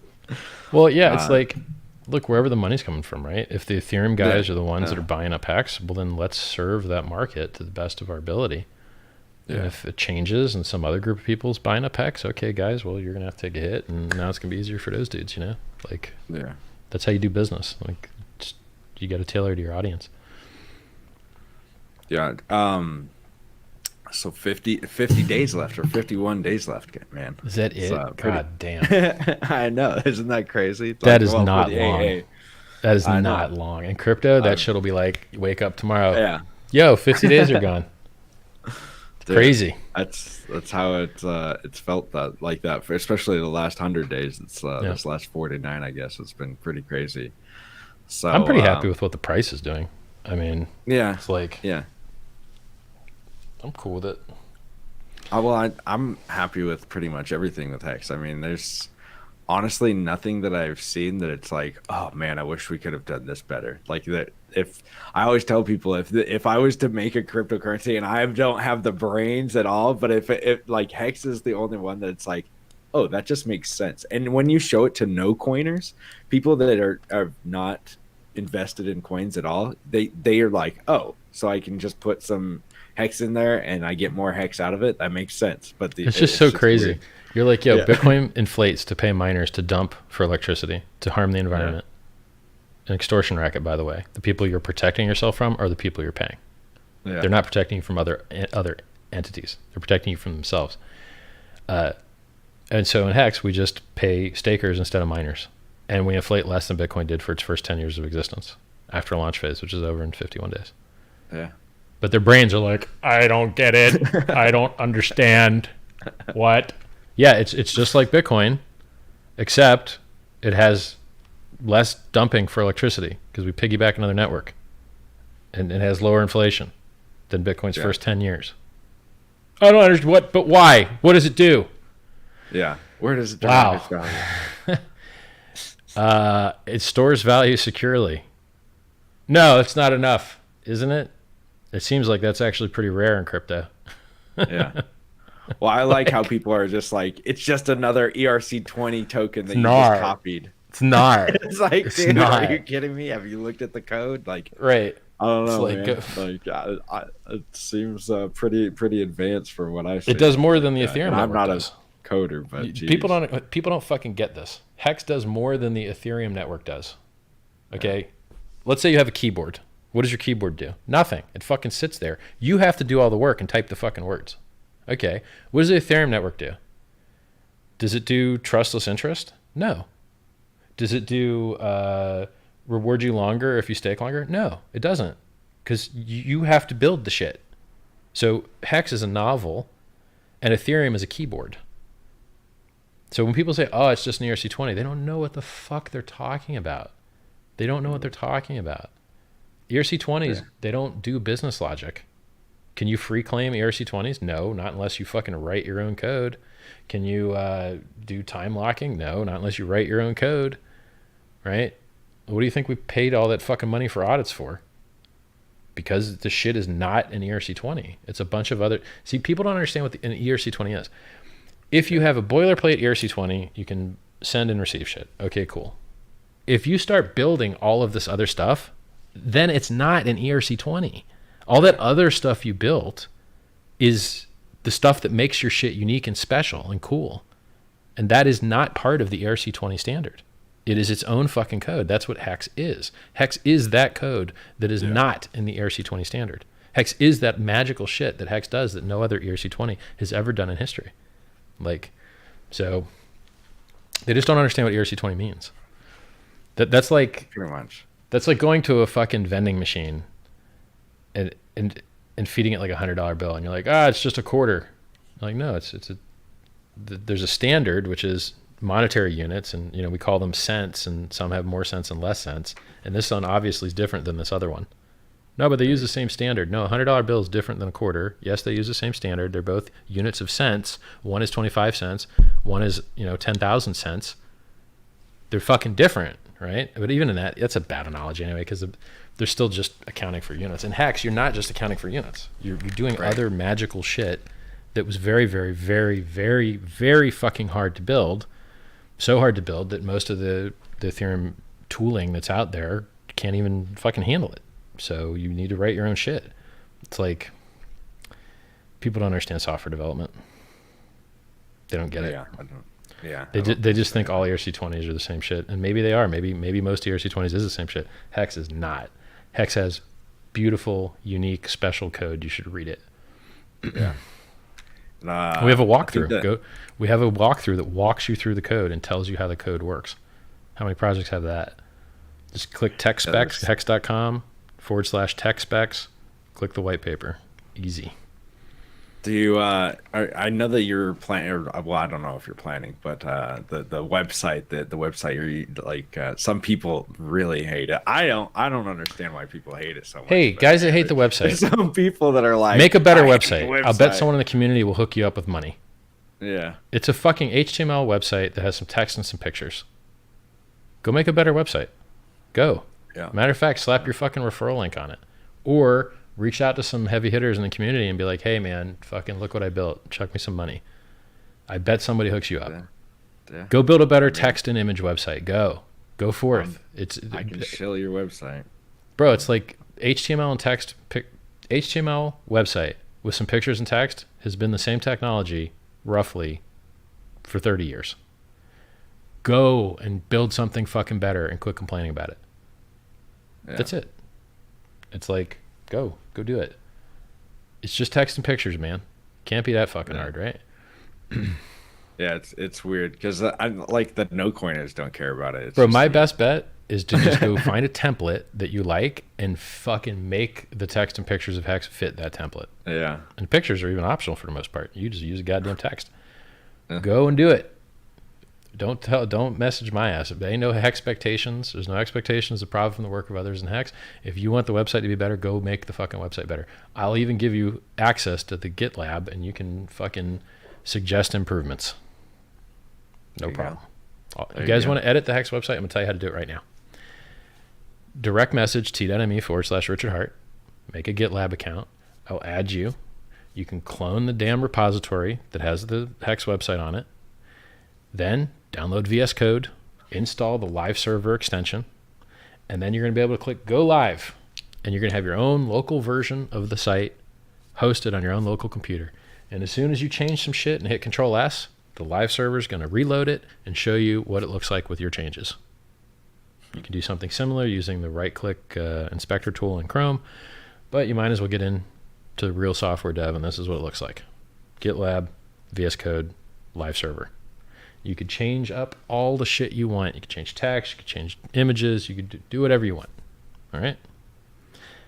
And look, recently the website has made some changes to it. Now there's rounded edges on the headers, the headlines. Now the thumbnails for the videos are redone. There was some other change I can't remember right now. And if you want to make other changes, or suggest other changes, go and do it. It's really not that hard, right? Do you know how hard it was to add a radius to those headlines? It styled /CSS/style.css, line like 564 or something, added 6-pixel radius, 10 characters of code. And now the shit looks way better because someone from the community took the time to test it out and say, yeah, just add this 10 characters of code on this line in style.css and site's going to look a lot better. So all you complaining little bitches out there, get your fucking VS Code installed, get your live server installed. I will give you access to the GitLab so you can clone the repo and then change it and make the site better. And direct message me, t.me/Richard Hart, and be like, yeah, this JPEG looks better. This spacing is fixed here. You know, made a list of links at the bottom, right? Change this carousel. It's a bootstrap template, so any of the easy bootstrap stuff you can just grab, right? So many people, I told people, like, everyone's like, oh, the site does, I don't like the site, I don't like the site. Okay, well, why don't you just do something simple and pick a single JPEG to change to make the site better? So we used to have a Bitcoin picture in the background, and then we just removed all that. We're like, fuck it, no Bitcoin, right? Ain't no Bitcoin free claim talked about in the features. It's still in the video, and people are free claiming like hell, so apparently they're still finding it. I guess it's still in the back end as well. Like if you go to go.hex.com, there's an obvious claim button, claim tab. So I was like, okay, guys, find me a better background picture. Everyone complaining about the website, including website designers, I want a single JPEG to fucking change from this Bitcoin one to a different one. Community entirely failed. 100% failure from the community, including all the website developers. So guess who had to find a better fucking background image? I had to do it personally. Why? Because you guys failed. And shit, Hexo, you're an actual graphic designer as well. You could have fucking done this one too. Okay? So like you're in Photoshop every fucking day. You could have found a better background image as well. But I had to find it. I like it. I like your site. Like I have a hard time like seeing something that somebody's done and like, oh, you need to change. Like I'm not very good at that. I'm like, dude, that looks awesome. You know what I mean? Yeah. So I'm more of just like dude, I admire what people, because everybody's got their own style. And like that's just the style that person wanted to do. Like I think if you want the HEX site to look better, the best bet is just go find a badass template and then shove the HEX text into it, and then you'll be perfect. Because all the alignment will be great, all the features will be great. It'll be reactive and responsive across different size platforms. Easy life. That's my opinion. Because only like it's just text. God damn it! Like that's the only thing that matters is the text. Okay, we got a logo and we got some text. Yeah. You don't need even the icons. Fuck the icons. You just need the text, right? So if you really want the HEX website to be better, do what I said. Install VS Code. Message t.me/Richard Hart. I'll add you to the GitLab. You can clone the repository. You can make some changes, right? There's stuff that could be spaced better. Like there's still some errors right now, like those radiuses, the 6-pixel radiuses on 2 of the headlines. The body of the section is so long that it's not radiusing that headline on 2 of them. Oh well. Okay, so the tops of 2 headlines don't have the radius. Is it better to spend time on that or bet other stuff, right? So you want to be Pareto efficient. You want to do the 20% of things that makes 80% of the difference. Right. So that is like a minor thing. That, like the site would be much better off with more traffic than improving the pitch on the site or improving the content on the site. Because you multiply the two, right? It's like if you're playing a video game, you've got your attack damage and you got your attack speed. And so if you move both a little bit, the product is larger than if you move one up a lot. So we'll try that mathematically. I hope the example works. So let's say we've only got 2 points to assign and we've got 4 strength on each one, right? So we've got like 4 attack speed and 4 damage. So that's like a product of 16. And then what if we put 2 on one side? So now we're going to have 6 and 4. They multiply to 24. Okay, well, what if we put 1 and 1 on each side? That's 5, 25. Well, 25 is bigger than 24. Yeah. So if you've got a finite amount of improvement, it's better to do it on things that multiply by each other. So like, let's make the site convert a little bit better, and then let's get some more traffic. And you're going to get a higher product than if you're just like, yeah, we ain't got no traffic, but yo, let's load up on making the site better. Right. Yeah, it's. I wish the HEX community was better at outbound messaging. Yeah. Outbound messaging is the key. You mean like emails and like? I mean like outbound SEO? messaging, son. I'm not getting into specifics, no, but let's just say I admin a I chat room, and boy, do I have to Gotcha. delete a lot of outbound messages every day. Yeah. So whether it's calling your friends or buying ads or whatever the fuck it is that gets the message out there, that is what HEX needs, because it's people convert. This shit works. Yeah. It's awesome. It's an amazing project. It's an amazing project. People thank me every day for building it. Every day I get messages, Richard, thanks so much, man. This shit is amazing. I'm almost immune to them now, but fuck, they're there. You know what I'm saying? Yeah. People are really, really, really happy with HEX, people that use it. So if you tell people about it, so like people argue on Twitter and you're like, well, yeah, that's okay, but these people have already seen this shit 100 times. Go hit those other communities that haven't heard about it yet.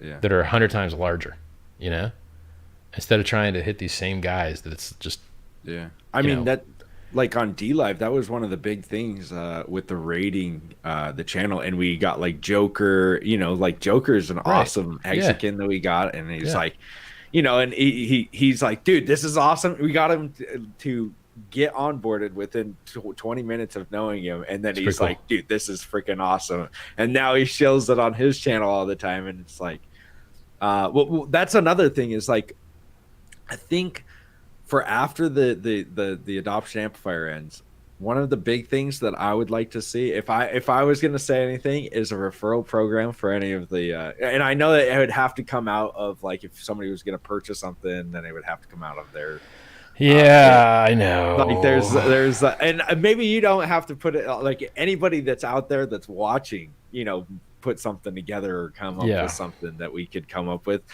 because that honestly, that's what got me into HEX. I was like, dude, there's a referral program and I can get some HEX, and you don't even have to buy any HEX. That's the coolest thing. It's like, I could have just been like, oh, I'm just going to use my referral and never bought it. Obviously I bought some, but I have friends that put in a couple $100, and then I would just give them my referral link to show them how it works, so they could go out and refer for their friends. And, you know, it's kind of like starts branching off into, not a multi-level, but it's like that person then they goes and gets their person, and then they go, and then they kind of everybody starts referring their friends, and kind of incentivizes I believe in referral programs. Onboard people. I believe in referral programs. I've believed in them my whole life. It's like, I would like that. See, here's the thing, right? It's just complicated, yeah. Well, you have to. So we're looking at efficiencies. I explained how you should do a little of this and a little of that. They multiply to a larger number than just doing one side of it. And by the way, that compounding works even stronger when you have more multiple things. So like if you were to assign like 6 points and you had 3 things to amplify, you get the most by 2 times 2 times 2 instead of 6 on 1. And then the more things you can improve, the wider they are. Like you keep getting this compounding effect. I should put a name for it and put it in my book. I think I call it this is in my book, and I can't remember what the name of it is in there. So I explain this. If you read SciVive, you already know this stuff. t.me/SciVive. I don't think we have that many good influencers on board with HEX as it is with the awesome affiliate program that we already have now. So if I were to assign time to either build out a new referral program, which hit the new stakers on their new stake to reward the person that referred them, which I believe is fair and is the wholesale retail arrangement that everyone else exists in commerce in the world for the most part. Mm-hmm. You know, everyone plays cost plus markup retail. That's just how it is. Don't care if you're going to Amazon or your local food shop, you're playing cost plus markup. And that could exist as a referral program in HEX as well. It would make more sense to try and onboard new referrers that have not been referrers for HEX yet, that could use the existing referral program as it stands today, than it would be to build out a new thing and then still not have any new referrers. Do you know what I mean? Yeah. So, like, yes, I believe in referral programs. I've seen them do amazingly. I don't think ours did that amazingly. It did okay.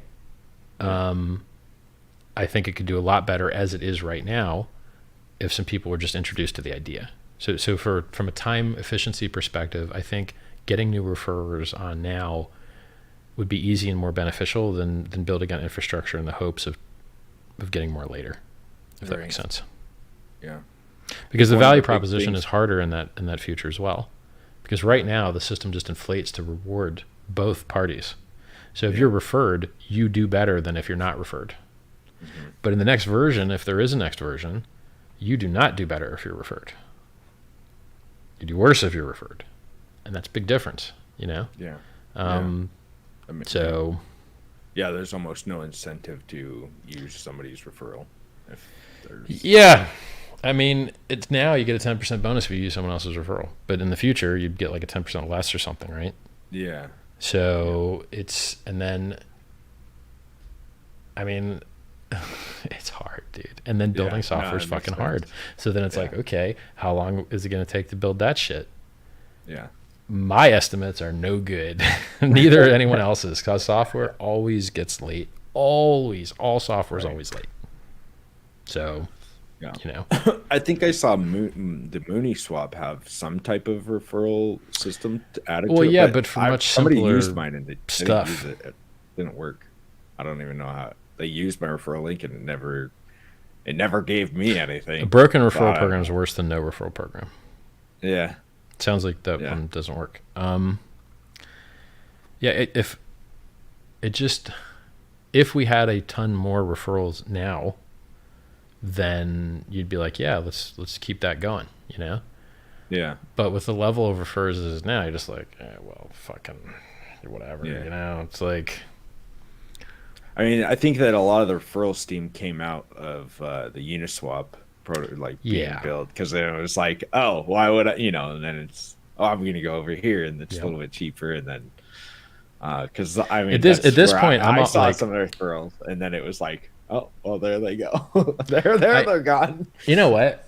All right, so we'll have this conversation. I think I haven't put that much thought into it, but my gut feeling right now is that if we just told people how to self-refer, more people would feel like they were cheating the system and getting a really good deal, and maybe perhaps they are. Yeah. And it would bring more positive buy pressure. And then the people that do that the wrong way are still going to get their referrals overwritten by other links they've clicked anyway. So maybe their first self-refer works and then their next ones don't work because it's harder to self-refer after you've clicked someone else's link, because you can't overwrite a referrals link with a self-refer. You can only overwrite no link with a self-refer. Right. To protect the referrers from being fucked over. Right? Yeah. So at this point... and then the self-referers can actually delete their own. And if you use the same browser, because I don't care anymore, it doesn't matter. But if you use the same browser and you click your own link, I don't think it'll actually... It only overwrites if there's nothing there. It doesn't overwrite if there's someone else's. Okay. All right. Which is a design feature to protect the referrers. But because Uniswap, because people that self-refer arbitrage down the price on Uniswap, so that Uniswap's always 32% cheaper, or you get 32% more coins by using Uniswap than you do by AA, unless you self-refer. So like the most intelligent way to get into HEX, particularly with larger amounts, is to use the adoption amplifier right after it turns over as a self-referrer to get a 32% bonus, and it scares off anyone else from fucking up the price for you because you're already in. If you come later, you're leaving a more enticing offer for people to jump into, and then it's like less space for you. Yeah. So if I were a whale and I were trying to enter HEX, I would enter right after the adoption amplifier flipped over. I would self-refer myself, and then that would scare other people off and give me the best deal. And if I had more volume to put in other days, I'm not shoving the price against myself in Uniswap. But what we see, for some fucking reason, I guess people aren't that advanced traders, they do one giant market buy or sell, which is stupid. If you do one giant market buy or sell, you're not letting other people eat into you're like, it's like, let's say you place a small buy, a small buy, a small buy, a small buy, and then someone sells. Great. That guy just gave you a better price. But instead, these guys hammer the market with one order and don't let anyone else in the world fill them. Yeah. They're like, no, I want the worst order execution possible. Now look, that is okay if you're like a breakout trader and there's a breakout and you're like, you're playing momentum and shit. Right. But I don't think that's what's happening with these guys because they don't have the trade volume to support that type of profile behavior. So they're just plebs that are just executing their orders improperly, saving a little money on gas and getting totally annihilated on execution because they're not letting people on the other side of the trade fill them on the way up or on the way down, whether they're buying or selling.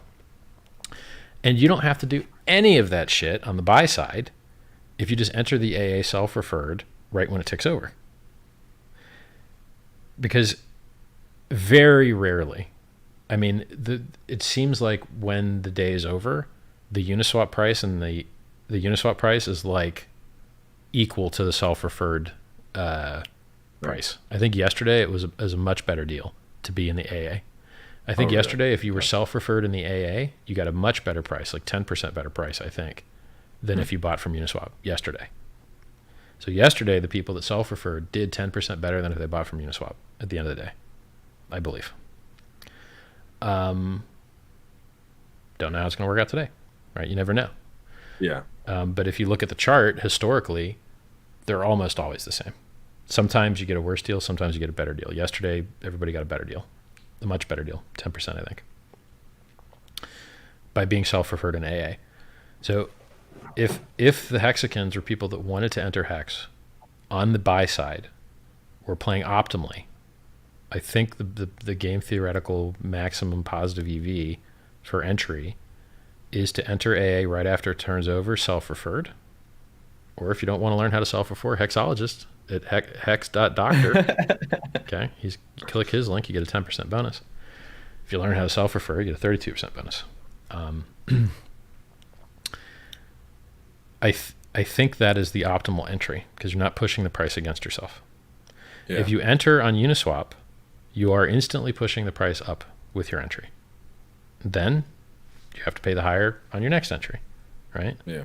Or you just got the world's worst order execution and you watch your stupid buy wick get sold down, which I see very common. Or I see sell wicks get bought up, both. Which means, like, was it worth it for you to buy at a shittier price to not have to execute the order over 10 trades? Over an hour or 2 hours or a day or 2 days? Right. No. I mean, from what I see in the chart, it seems like a lot of these people could have got a vastly superior order execution by just doing it over time. I'm fine with people pumping the price. Maybe. I mean, but here's the thing, right? In the long run, I guess. Here's a question. Here's a game theory question for you. Okay. All right. What do you think? So I already taught you one counterintuitive thing, which is if you have a finite number of bonus points to assign to traits, it's superior to spread them over traits that multiply by each other for larger compounded output than to assign them all to one like min and max strategy. I like how people say I make fun of games, but like I was a gaming addict for a long time. Dude, and I know more about fucking games than you'd ever want to know. And occasionally I still watch people stream. I let it idle in the background. It's fun. But I don't fucking play. Thank God. You're like a gamer cuck. You just sit in the background. I wasted 10 you years just of sit my in the life back playing and just games, watch. Yeah. I wasted 10 years playing No, games. it's all right. It's all right. Yeah. It's A lot of fucking casual plebs are going to tell me about gaming. It's like, bro, I got a Predator icon in StarCraft 2. Go look up what it takes to get that. I got 20,000 hours in. Fuck you. That's what's up. I've got a lot of hours. No, 20,000 games. I'm MMO. sorry. Yeah. Or actually, it might have been 20,000 hours. Fuck, I can't remember. It was 1,000 games in each race, 4,000 wins, which is 8,000 games because you average 50% win loss. It's about 20,000 hours. Jeez. And that's just one game. Played a lot of other fucking games. Right. Yeah.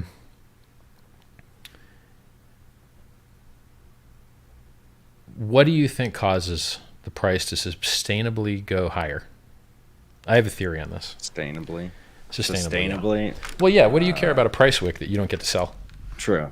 Oh, somebody else got to sell that price wick. But does that help you? No, it doesn't help you at all.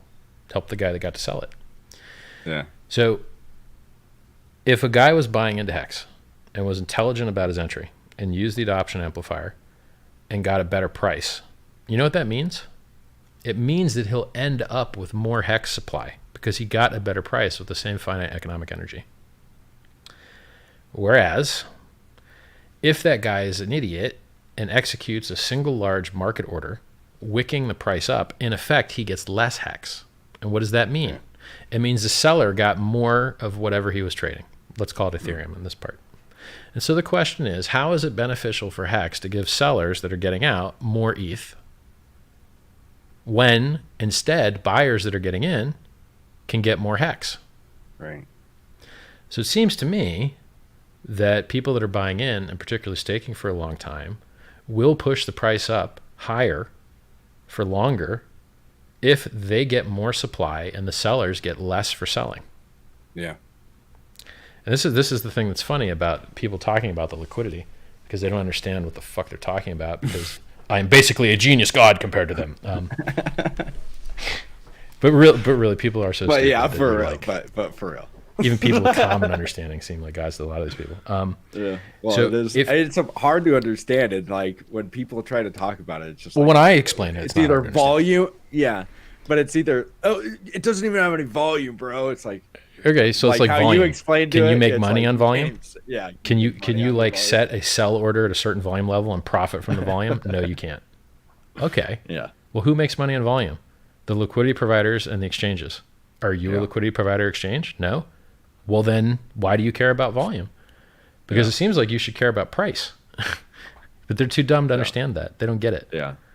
Like, so if someone built a bot, a Uniswap bot that instantly bought and sold from itself and like shit up the volume numbers, would that be better? Because the volume would be higher, and that's what a lot of these centralized exchanges do. Is that better? I don't think it's better. But, you know, these plebs, they're like, oh, where's your volume? Bro, how much are you buying or selling? 30, 100, 1,000? Yeah. Got $1,000? Okay, I think today that was like 300,000. It's enough for you. Yeah. It's enough for you, dude. So liquidity. More liquidity means harder. Okay, I just showed you today, that the volatility on Bitstamp was 10 times larger than the volatility on Uniswap for the Ethereum USD pair. Now, it's not really USD, right? So Ethereum USD is really Ethereum Bitstamp virtual tokens called USD. And Ethereum Uniswap is more real. It's Ethereum versus USDC, USDT, or DAI. And DAI, it doesn't even hold its peg, so I don't really talk about it too much. You have 10x less volatility on the exchange that has more security, more liquidity, vastly superior in every way imaginable, vastly superior. Why do you have 10 times less volatility there? Because there's more liquidity. So where was it easier to pump the price? Okay, so let's look right now at where it was easier for the price to pump and easier for people to sell at a higher number. Bitstamp or Uniswap? Bitstamp. Why? Because it wicked up higher, which means somebody got their order filled up there. Yeah. And why? Because it has less liquidity. Hold on a second. So you mean less liquidity means higher prices? Yes, that is what I mean. Yeah. Yes, if you want to do a 10,000x, if you only got a finite amount of money, you need low liquidity to be able to turn that smaller amount of money into larger multiples. That's how it works. If you have infinite liquidity, right? If the order book, let's say that the largest pair in the world for HEX was the HEX USDT pair or USDC pair. Let's call it HEX USDC. Let's say there was an infinite amount of USDC and an infinite amount of HEX. The price would never ever move, because every time you'd buy or sell, you'd be buying or selling into infinite liquidity, and the price would never ever move. Well, is that what you want? Do you want a stable coin? Because that's what a stable coin is. Well, no, you don't want a stable coin. You want something that goes up in price, which means you need less damn liquidity on the sell side, so that when people buy into the sell side, it moves the fucking price up. And so people are like, oh, well, there's not enough liquidity. First, it's like number 11 liquidity on all of Uniswap now. Yeah. And it's the most, that is, and 5 of those top coins are unfairly liquid because they're being incentivized. At least, so HEX has, I think, 9,000 ETH on the bid side and like 850 or 840 million HEX on the sell side. Anybody here, trying to sell 800 million HEX or 200 million, or it's like there's more than enough liquidity, more than enough. And if you had more, it would make it harder for the price to go up. And you're just, do you want to give people that are selling out more economic energy, or would you rather leave that in the hands of the buyers to lock up more supply? So I don't think rewarding sellers for like selling out is like fabulous. So if you want to sell and get like worse execution and get less for selling out, okay, cool, right? Oh, you emergency end staked and now you're going to insta dump or whatever, right? Yeah. They don't always do. Sometimes they restake for longer, which is cool. But occasionally some guy emergency end stake and sell. And if that guy wants to break his commitment and emergency end stake, probably when there wasn't really even an emergency, and he just wants to take some fucking profit, and that guy wants to sell for less, I'm happy if some guy that broke his word sells for less. Yeah. And I'm happy to see his ass get penalized too. So yeah, dude, if you want to sell for less, and then the guys that, have delayed gratification, which is what this whole system is about, are able to get a better entry based on your stupid, emergency end stake and dump, well, good riddance. Now you can buy back with less. Yeah. So I don't see like a huge benefit for rewarding emergency end stakers. I don't see a huge benefit for giving them better order execution. And that is what thicker liquidity would do. And it also makes it harder to get the price up. And it's already the number 11 most liquid coin in decentralized exchange on Uniswap. So like, it seems to be exactly where it should be, in my opinion. And if you want it to be different, go make it different. Go click the pool button and go add liquidity. Or if you're a liquidity provider and you think it should be less, remove your liquidity. This is, What do you think about MuniSwap and the problem with MuniSwap is, it's like, if the HEX liquidity is spread across multiple liquidity providers or multiple projects, then the people that are buying and selling get worse execution because the liquidity is spread across. So let's say there was 3 equally useful Uniswap things, and you took the liquidity and you spread it across those 3 things. Now everyone's going to get 3 times the slippage. Right. And I'm not sure it's like a linear, but you get the idea. Yeah. There's some curve, and it might not be linear, and therefore, maybe you're getting 2.5x of slippage, or maybe you're getting 3.6x of slippage, or whatever. You're getting a lot more slippage, a lot more. Yeah. And who benefits from that? So if you have 3 markets where there's HEX liquidity, and somebody just buys on one and pushes the price up, guess who actually makes the money? The arbitrage asshole. And he comes along, he sells that price, and he buys this price, and he makes the difference. And what does he do with that? He just keeps that shit. Does he pump the HEX price with it? No. He just holds it, just keeps it. So if you want to fuck over your users that are buying in with shittier order execution to benefit arbitrage guys that then push down the price that gave them a worse price and then push up this cheap one here, that just benefits the ARB guys. Yeah. Fuck the ARB guys. They're not longing HEX. They're not part of the HEX community. They're just fucking leeches. We're important leeches. Okay. Well, how about instead the community just finds the best place to put its liquidity. And then when you utilize that place, you're getting the best order execution there is, because the books are the thickest there, because all the liquidity is there. And if you're using other input pairs like USDC or USDT or any other ERC20, the thicker all those other order books are, the better trade and order execution and deal everybody's getting from using those things to buy in as well. So and it's more gas efficient, because when you've got your liquidity spread across 3 places, guess what, Mr. Arb fuck? Okay, now your guy that bought in got a bad deal, worse than he could have got.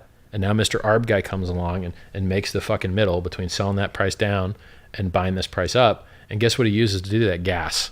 And he clogs up the fucking chain by making all these order books track each other. So if you understand big O notation and complexity theory and software development, keeping a lot of order books in sync with each other on Ethereum is a motherfucking gas nightmare.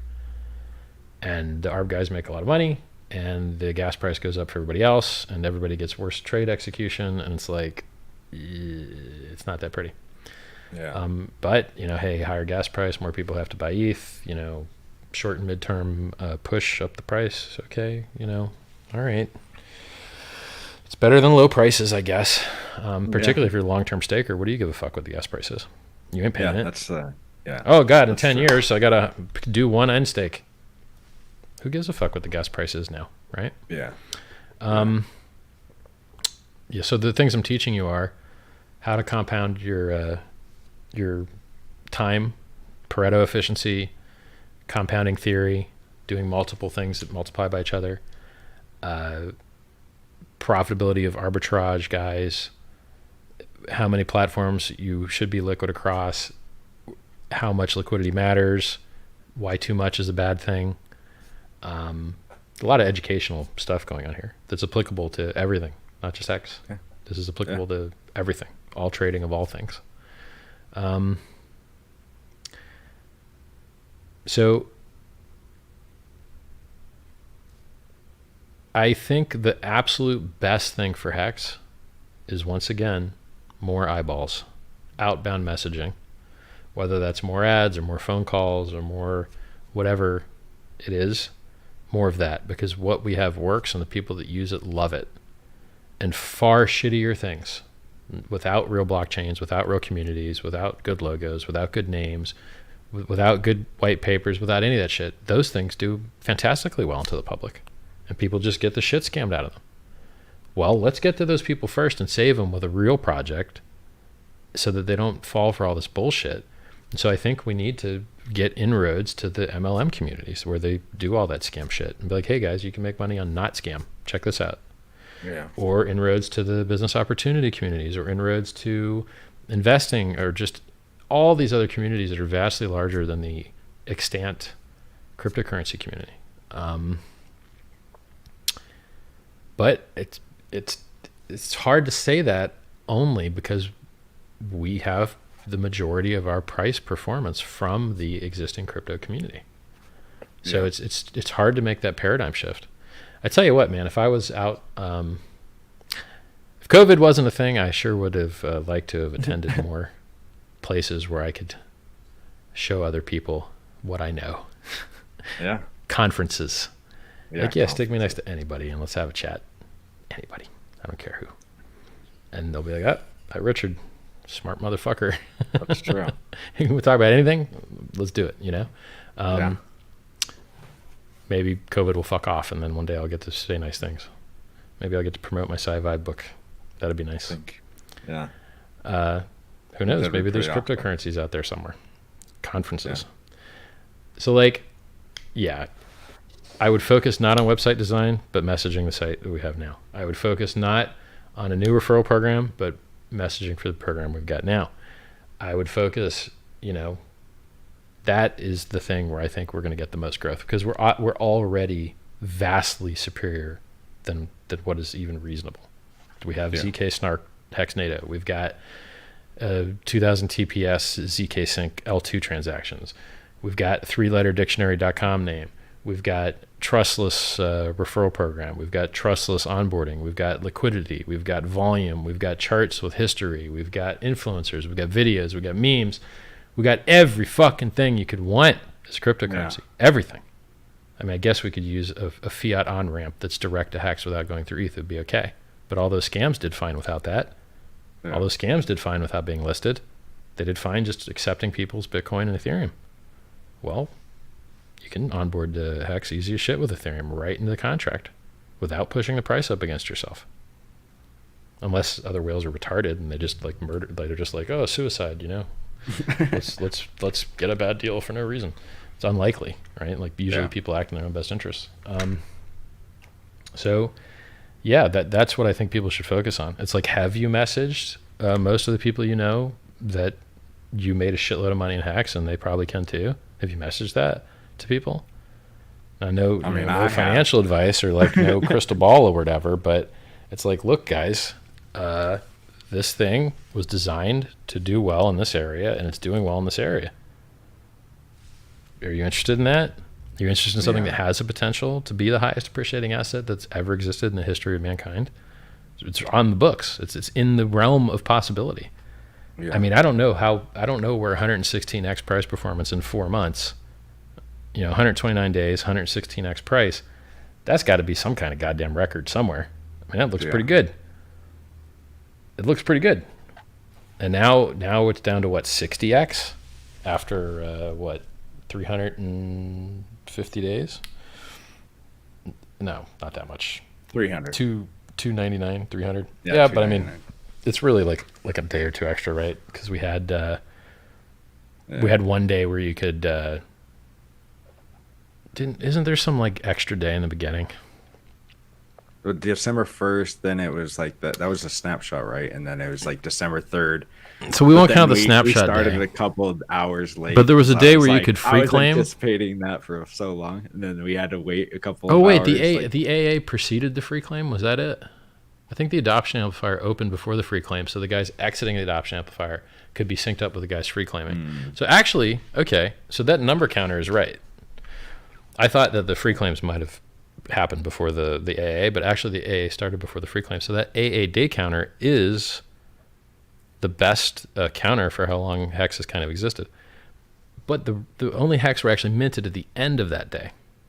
Yeah. So in theory, you could say that we're 1 day behind.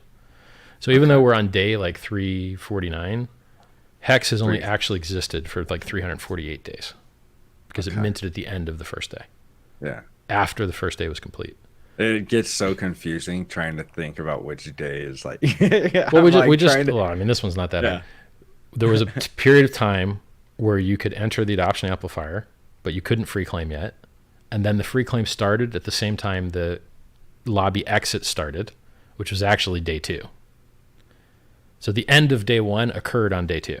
And so like actually HEX has only existed for 398 days. Even though we're on day 298 days, even though we're on day 299. But you know what? For ease of to make our lives easy, we're just going to say 299. So in 299 days, the price is up from a bottom on January 5th of, I think, like 60x or something. Let's take a look. Yeah, something like that. Let's take a look. One of my favorite sites, hex.live, man. Steph is like, that site. 69x right now. Okay. 69. That ain't bad, man. Yeah, 69x is not bad. 69x. Like, I get anyone that talks shit, you're just like, yes, we designed a thing that has a bunch of cool features. And just like every other business in the world was designed to accrue value. That's what business design is. The accrue of value. That is what the directors of companies are entrusted to do, is create value for the companies. And similar to those things, look, HEX has accrued value and it's worked wonderfully. Yeah. And it's up 69x since January 5th. God damn. Yeah. Anything else up 69x since January 5th? And that's a long time. This is like sustainably up. Yeah. It's been up for a long fucking time. Pump and then dump. Yeah. Yeah. And by the way, just to rehash it. Oh, go ahead. Yeah. Proof that you need less liquidity to get more price pump is visible by Bitstamp having pumped harder today in a wick because it's less liquid than Uniswap. But is that sustainable? You'd prefer, to have more meat under the curve, like a horsepower chart on a car. You want more torque under the curve, horsepower under the curve, than, oh, look, a wick that got someone rich, but not most people, right? Yeah. Like the 20K Bitcoin sell. How many people got to sell that wick? Not many. Yeah, not too right? many. But the good news is not that many people got to buy it either. So yeah. So with all the DeFi stuff coming out, like all these I hate calling things scams because it's just an overplayed word, but like what do you think about the collusion between like all these big companies like Binance, Coinbase listing these things, and then hours after it looks like collusion, but it's not really collusion. You don't think so? So you have to look at this from the perspective of the exchange. Right. Hey guys, there's a new system that charges less fees with no sign up, no AML, no KYC, and better order execution, and no counterparty risk. Unless you consider the smart contract counterparty. Yeah. And the things you're trading already mostly have that risk anyway. I take that statement back. There is a different, holding ETH is different than holding coins on a smart contract. They're different risk things. They fail in different ways. If that gets popular, why would anyone ever use a fucking exchange, particularly exchange that didn't have fiat on-ramps? Yeah. Binance.com does not have fiat on-ramps. They outsource all that shit. They don't have bank accounts. So from Binance.com's perspective, which by the way was launched as a security, which went back in time and overwrote their own white paper to get rid of their buyback program. They went back and edited their white paper, right? Which has been hacked and lost $40 million, which says that they curate and only list good coins, but then you look at what they list and the shit dumps like a fucking religion. And then they listed the sushi thing, which dropped 98% a day and had anonymous founders. So they broke their word there. And then CZ gets and says, oh, well, we don't want to become irrelevant. So if some new popular shit lists, we have to list it. Oh, well, that's a fucking 180, isn't it? Because you've also said, well, we basically have first right of refusal for all new token launches. Yeah. I don't know, dude. I don't know, man. You had an ICO. I mean, congrats on the price. Did well. Congrats on working real hard. Dude works all the time. Congrats on like opening 40 different businesses and shit. I give you credit for all that. Not congrats on listing dog shit that dumps. Not congrats on buying up CMC. And then I was happy to have Hexicans not bother the dude. Okay? Happy. Fine.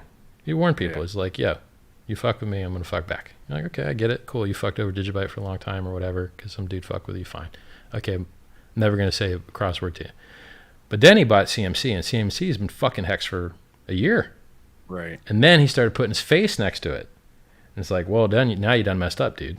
Because when you were just Mr. Binance, bro, you ain't going to catch no flack. Fine. You don't want to list Hex? Fine. Yeah, that's fine. Okay, cool. But now you're going to stick your face next to the CMC people that have been ass fucking Hex for a year now. Well, dude, you done fucked up now, man, because you're going to get tagged up now. And if you want to retaliate ever, man, fuck you. Like, that's your bad, dude. You bought a thing, bragged about buying the thing, associated yourself with the thing, and now you got to fix the fuck-ups of the thing. Because now you're responsible. You're responsible now because you made yourself responsible. You didn't have to do that. Yeah. So now when I see people, tagging them shit, tag them up.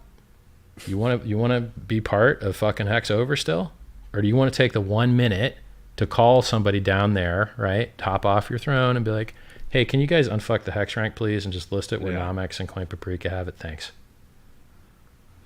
That's all you got to do, dude. And if you don't want to do that, I got no fucking pity for you. Because you should have known they were fucking us for a year. I have a high enough profile in this space that you should have known they were fucking us for a year, and you should have listed our shit out of kindness, like you did shittier things like Raven, okay? Or you done fucked up. Make it right, or the Hexicans will bother you. And like I said, we're the underdog. What the fuck are you going to do to bother us? Right? Are you going to remove us off CoinMarketCap? I don't give a fuck. Good. Yeah. Let everyone that searches on Google find Hex on some other site that treats us properly and tells the fucking truth.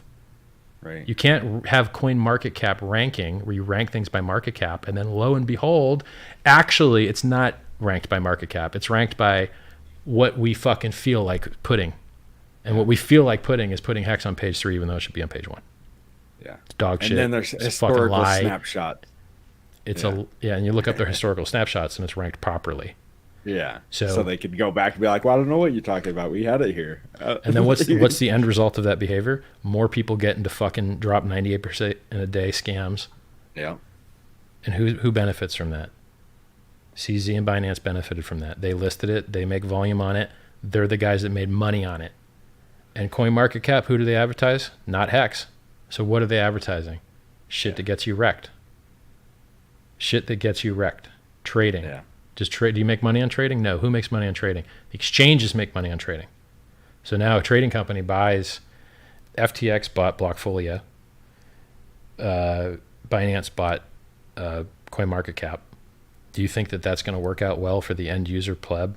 Nope. He's going to get raped because all he's going to see is trade, motherfucker, trade it up, lose all your money. Lose all your money to fees, get wrecked. Why? Because it makes the exchanges rich.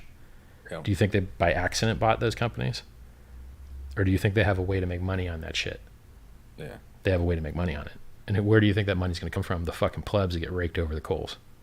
There's only 2 people that get rich in crypto. Holders and founders. Do you see traders on that list? Nope, you don't see traders on that list. The traders are the reason that the exchanges get rich, usually, especially the margin trading ones.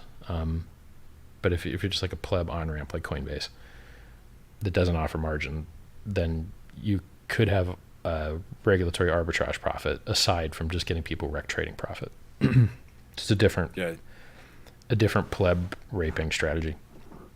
Necessary one. We do need to get fiat into crypto. And we do need relationships with the banks to do that. So it is this regulatory arbitrage is a valid concern, and it is important to the cryptocurrency ecosystem. So I would much rather see people. Thing? What the Kraken new bank? Do you think that's good, or do you think for the cryptocurrency world? What do you think? I hope it turns out to be good, but I have absolutely no idea. If it doesn't turn into lower fees for the user, or easier on ramps to the user, or more privacy or security for the user, or thicker order books for the user, then what the fuck did it achieve? Right. So if I see any of those benefits, then it was an excellent thing. But if I don't see benefits accruing to the user, it's just more fucking lip service. Right. So when I see benefits to the user, excellent. Congrats. But right now, I don't know what possible benefit there could be. Yeah. People send wires. The wires get turned into crypto. Okay. I guess now you have a bank license. So what? People send wires and they get turned into crypto? Okay. Cool. Well, you were doing that already. So what's the actual benefit? What's the actual utility? Show me the money. So if you don't, I'm not going to fall for your press release. Oh, you did a lot of work. You filled out a lot of paperwork. That's awesome. That's great. But other than the bragging rights, what does the user benefit from this shit? Right. When I know the answer to that, I'll be very happy. But right now, I don't know the answer to that at all. To me, it seems like I don't know, man. The whole it seems like they're just gonna dox their users to these banks, and that's about it. That's all it is. We can get money from the Fed now. It's okay, but that's anti-crypto, isn't it? That's what we got away from. I don't even think that's what they get. They don't have a normal bank license. They have a different kind of bank license that doesn't let them accept fiat deposits, I think. Okay. Maybe so it's not a normal bank license. Yeah. It's a different classification. So it's it's funny. It's funny. Because people have tried this game before, right? We're going to join the big boys club. We're going to get a credit union. And then they get the crypto dudes take over a credit union, and then their counterparties are like, fuck off. And then you have a useless credit union. And you're like, oh shit. They still won't let us send wires and stuff. Fuck. So it's not the government doesn't play fair. Banks don't play fair. Yeah. This is primarily a government problem, not a bank problem, by the way. So banking regulators are the primary fuck fest of horror for financial technology companies right now. not the banks themselves. The banks are happy to just make money, however fucking shady way they can do it, it seems. You see people getting signed up for stuff they didn't really sign up for, dark patterns out the ass. You know, they had to pass huge bills to kind of reform all the bullshittery that was going on in banking regarding the order in which deposits. And so let's say your bank account was running low. They would process every bounce check first and then your deposit last.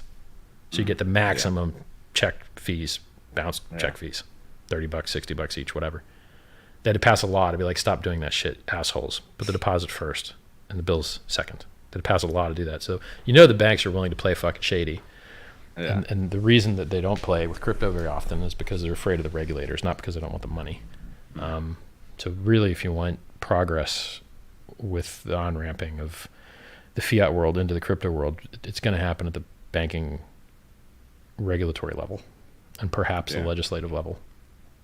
So don't you think it's like a wet dream for some of these dude, I talk about it on my show a lot, where they're just like setting these things up where they're the coin analysts and stuff like that, where they're just tracking all the big 3-letter government agencies have these things where they can just track you every single purchase you've ever done, every single cryptocurrency just seems in general, like, dude, and obviously I love HEX and I love, but if it's just like it's like, okay, do most criminals get caught? No.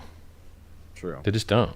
There's not enough investigators. Is it because of a shortage of evidence? No. They just don't have enough investigators or time or prosecute, like, to set up a account or to set up a case against someone. It's like, let me show you the math. Remember I told you there's like complexity theory in software? And it's like, okay, with this kind of algorithm, what are you going to run out of? You're going to run out of processing power. You're going to run out of storage. Is the number of users increase? Like, how much more complex is the processing for the number of users or the type of transaction? You have that same shit in crime. One asshole breaks the law. One asshole breaks the law. Okay, cool. One asshole broke the law. Now, how many people does it take to fuck that guy up? Well, we're going to need a 12-person jury, and we're going to need a judge, and we're going to need a defense we're going to need a defendant lawyer, we're going to need a prosecutor, and we're going to need a stenographer, and we're going to need a bailiff, and then we're going to need a guy to run the metal detector downstairs, and someone's going to have to do a lot of photocopying, a lot of mailing, and a lot of digitizing of all these things. We'll just say that person's another person. Oh, fuck. So it's like 30. And we also need, hold on, we also need to get the indictment and do the arresting. So we need an arresting officer, and we also need the actual detective that hands the paperwork over to the prosecutor to try and make a case. So you're like, oh, so it's basically like 1 million people we need to fuck one guy up. Yeah, you need like 1 million people to fuck one guy up. Yeah. So law enforcement doesn't scale. It's part of the reason the United States is so fucking criminal, is it's like most people get away with whatever fucked up thing there is that they're doing. The majority of people just get away with it. Yeah. So it's the same shit in crypto. It's like, hey, we got all this tracking stuff and, okay, cool, but ain't nobody getting caught. Everybody's doing whatever fuck they want. So yeah, like, but because you can't, it's not solvable. It's not solvable. Like, as long as law enforcement requires like 20 people to be working full time to fuck up one guy. Okay, well, we do more than one case in a day. Okay, well, how many cases do you do in a day? 10? 15? Okay, so you're doing 15 cases in a day. Still took 20 people to do those 15 cases. And there's really more, right? It's like somebody also has to park the cars, and somebody has to set up the fucking fire extinguishers, and somebody has to, like, it's a whole lot of people to fuck up one dude. Right. Oh, and here's the funny part. Guess what? After you actually get the fucking guy and you get a conviction, how many people does it take to support that one motherfucker sitting in jail not being productive for society anymore? Yeah. Well, we need a guard, and we need food services, and somebody's got to cut their hair. You're like, bro, this does not scale. This does not fucking scale. That's one guy commits a crime, and now 8 people have to become non-productive solely to fuck up this one guy. So it's like, getting a just and fair world is actually very hard. And if you live in a very just and fair place, you should really think about how good you have it, because a lot of the world doesn't have that fucking privilege. Yeah. That's crazy. I never thought of it like that. Yeah, because like I always see these things, and I'm like, this is just, I don't know, man, just the tracking stuff, and it's just like, but there have been people that have hit me up, and they're like, dude, Coinbase shut off my entire account because I transacted with it. Oh yeah, dude, if you get coins from one of these exchanges and you spend them somewhere they don't like, they know and they shut your shit down because they don't want to lose their banking relationships. So yeah, it's kind of can't blame like them. the worst. How many banks do you have? If it's a crypto company, how many banks do you can work with? Not fucking many. True. So you better like really respect those relationships. Yeah, keep it up. Well, somebody says cheaper to get HEX on Uniswap than transforming on Go.hex. I doubt it. I fucking doubt that. Not if you know how to self-refer. You want to go do some math? Let's go do some math, everybody, to teach stupid pleb in chat here. Hold on, chat pleb. I want to name you. Where's my... there we go. Mr. Matthew Sandstrom. Cheaper to get HEX on Uniswap than transforming and Go.hex. I bet you're fucking wrong, dude. So I'm going to educate you. Here we go. This is Richard Hart educating plebs all fucking day long like a religion. Let's go to go.hex.com. And we see that there's 510, you can mouse over it, 510,500,000 HEX available. All right. So let's go into our calculator. Calc. And right now there's 6,816 Ethereum in the adoption amplifier. So let's do some math. 6816 over 510,483,875. And you get a number. And now let's multiply that number. So that's your cost. And you're actually going to get 32% more if you self-refer. So this is the price you would pay if you didn't self-refer, which magically some people don't even use a referral code at all, which gives a 10% bonus, which is like... It's like 25% or 30%, something like that. It's like, what? Yeah, it's like you don't want the free-ass money. We see people free claiming all the time. You're like, probably should have used that referral code, you dudes. Yeah. Okay.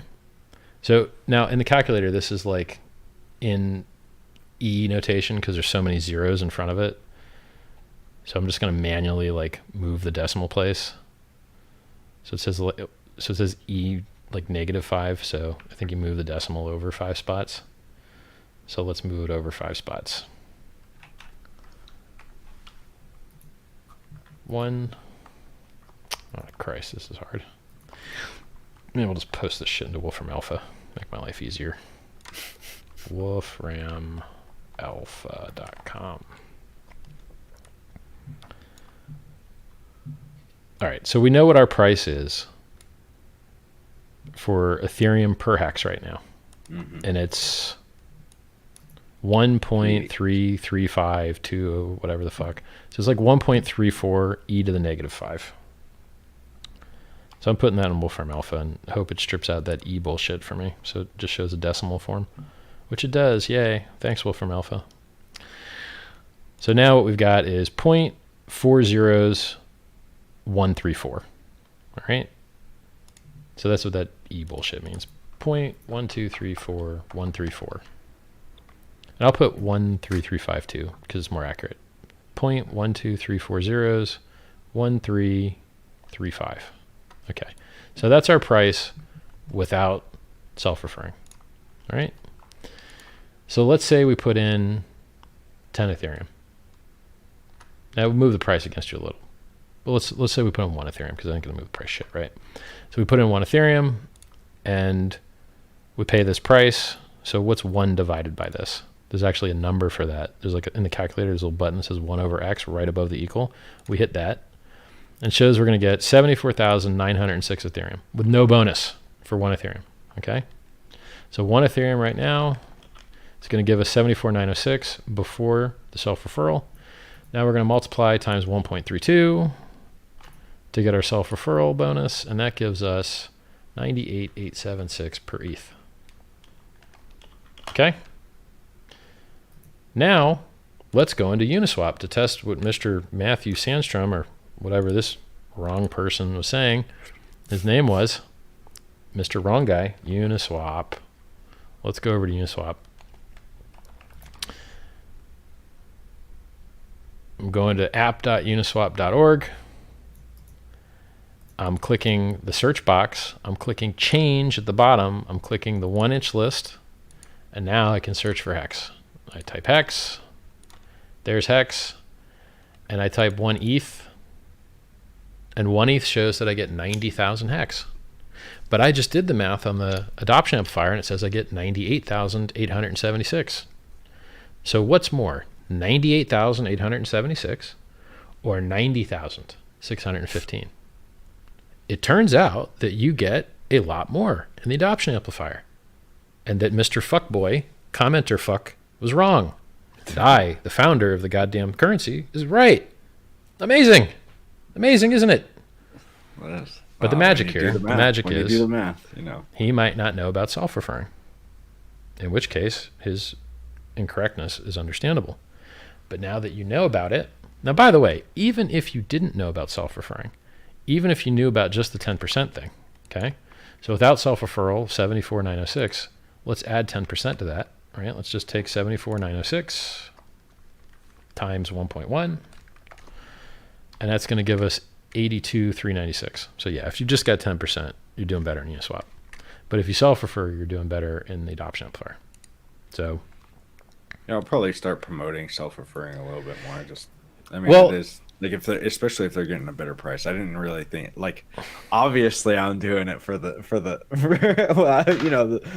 I think more people will fuck up the self-referring. I think you'll end up making more money as a referrer by promoting self-referral, because some portion of people will self-refer wrong.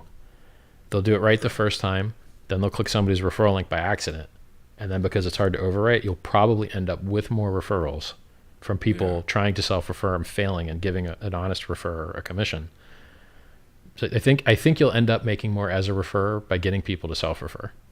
Probably. And then they just end up clicking a link, and then oops, they end up giving someone else the 20% instead of themselves, right? Yeah. It's worth fucking trying, man. It's worth trying. Yeah. You can, if it doesn't work, you can always flip back, right? Well, I mean, we only got 50 days left anyway, so it's not like... Well, yeah, I just think it's going to onboard new users, man. And I think it's going to be users that don't reward guys that sell on those wicks. And that's better. So I'd rather see guys buying in. I mean, I like better order execution for buyers if they're going to lock it up, Right. And I like worse execution for sellers if they're just getting out, staying out. So, Yeah, and then they kind of get introduced to the go.hex.com, the platform. Yeah, which is where they got to go to stake anyway. Right. And so if you're buying there already, then it's like, just take it over there and stake it. Why not? And I being think on Uniswap, then going to go.hex.com, then, all these. And you'll get less scam wicks. Yeah. Because if you buy a lot on AA, is it going to create a scam wick for someone to exit on over on Uni? No. It's not. It's a different system. Yeah. The price won't even see it really until the next day, right? Because I think that's a lot of people probably are having trouble, is that they have to just watch it. It's not like, oh, now I got 90,000 hex. Like, they're like, okay, am I gonna, like they're sitting there. Well, the guys that did it yesterday got a great deal. The guys that self-referred yesterday did a lot better than the guys that did Uniswap yesterday. And usually I think it ends up like real similar, like really, really close. Yeah.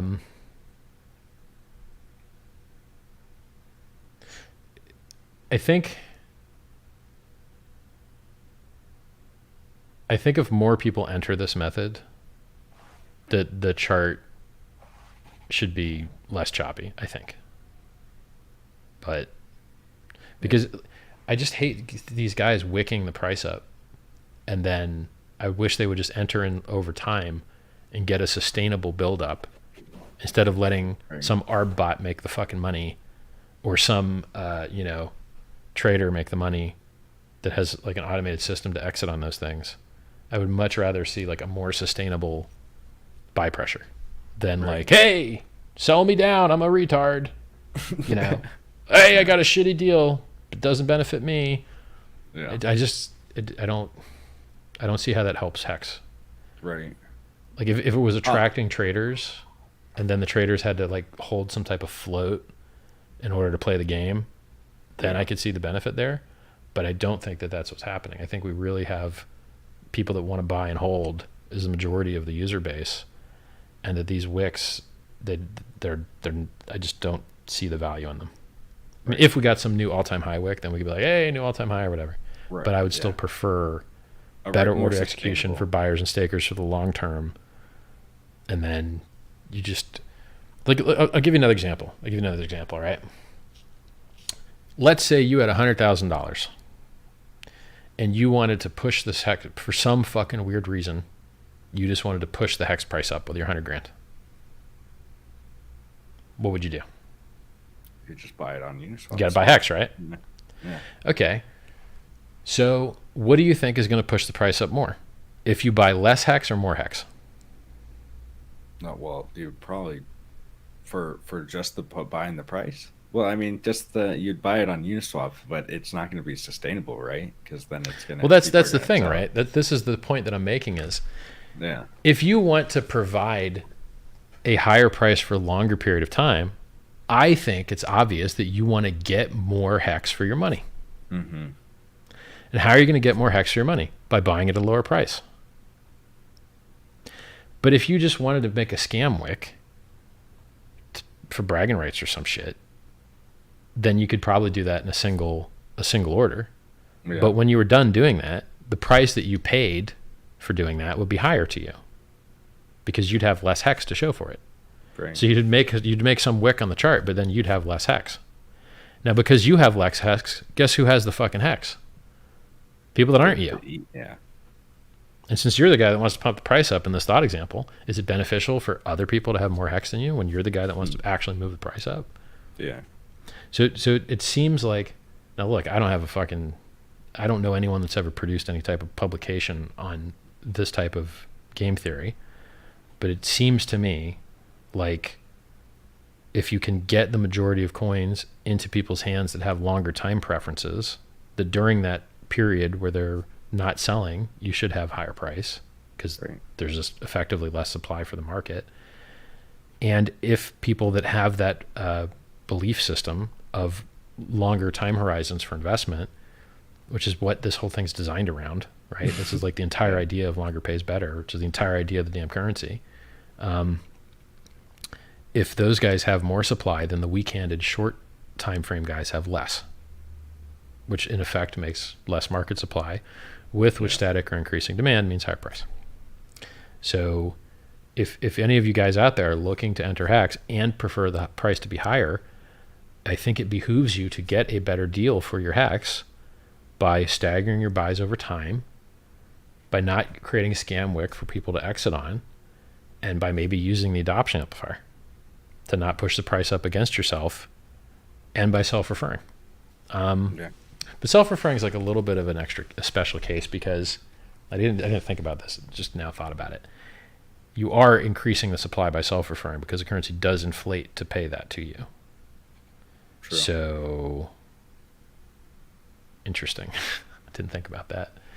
Yeah. Well, I mean, it's going to be there anyway, right? Unless the people that got in. Yeah. But once again, like the most important thing is what are the people that get the coins doing with them? Like if you look at the origin address and you analyze what that entity has done with any coins it has gotten, it's sent them to other addresses. We don't know who owns the other addresses, right? Like well, we don't know who owns any of it. Yeah. Maybe it's all Santa Claus. Santa Claus owns them, or the Pope, or nobody knows, right? It's a third world priest, right? Who knows? I thought that's what it is. But if whoever those entities are have the same belief system that the origin itself has, then that might mean long time preferences. So if we look at what is publicly known about origin address behavior, I don't think I've ever seen an origin address coin sold on market. I don't think. So like I don't think there's like origin address selling market sells on Uniswap. I don't think it's ever happened. So that seems like a long time preference. And then if you look at lots of people screaming about it if there was, so probably, yeah. Yeah, so probably not, bro. I'm just I would imagine. I'm like, yeah, I don't know if it happened, but there'd be out. So it's all over for Hex. Going to sub Satoshi incoming. Right. So like, it seems like thus far that entity has had a longer time preference than any of the people that has ever pressed sold on Uniswap.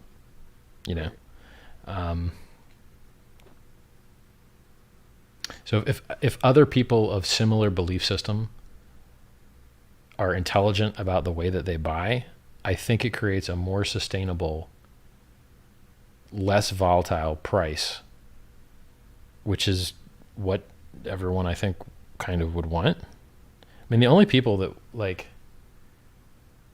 if a guy's selling out and he's not getting back in, fuck that guy. He's not like that's that's not what benefits the HEX ecosystem, right? So the things that benefit the HEX ecosystem prefer, I believe, a higher sustainable price. It's like how much did the 20K price really help Bitcoin? Well, it's bragging rights. It's good for bragging rights. Yeah, that's about it. But it's not good for people that bought it. And if you could trade that 20K wick for not having to do a 3K bottom, so if you could squish that volatility, just like Uniswap squished the volatility to ETHUSD, and how you had a $10 price move today from high to low on Bitstamp, but you had a $1 price move on fucking Uniswap, and you compress that volatility. If you could trade some of that scam wick up bullshit with people overpaying for less dips, and just get more of this and less of that, it seems cooler to me, And not only that, but then you're accumulating Hex if you've staked it. Then so it's like you're making even Hex on top of that, and it's like it's going up like that, and you're accruing Hex while it's going. They multiply each other.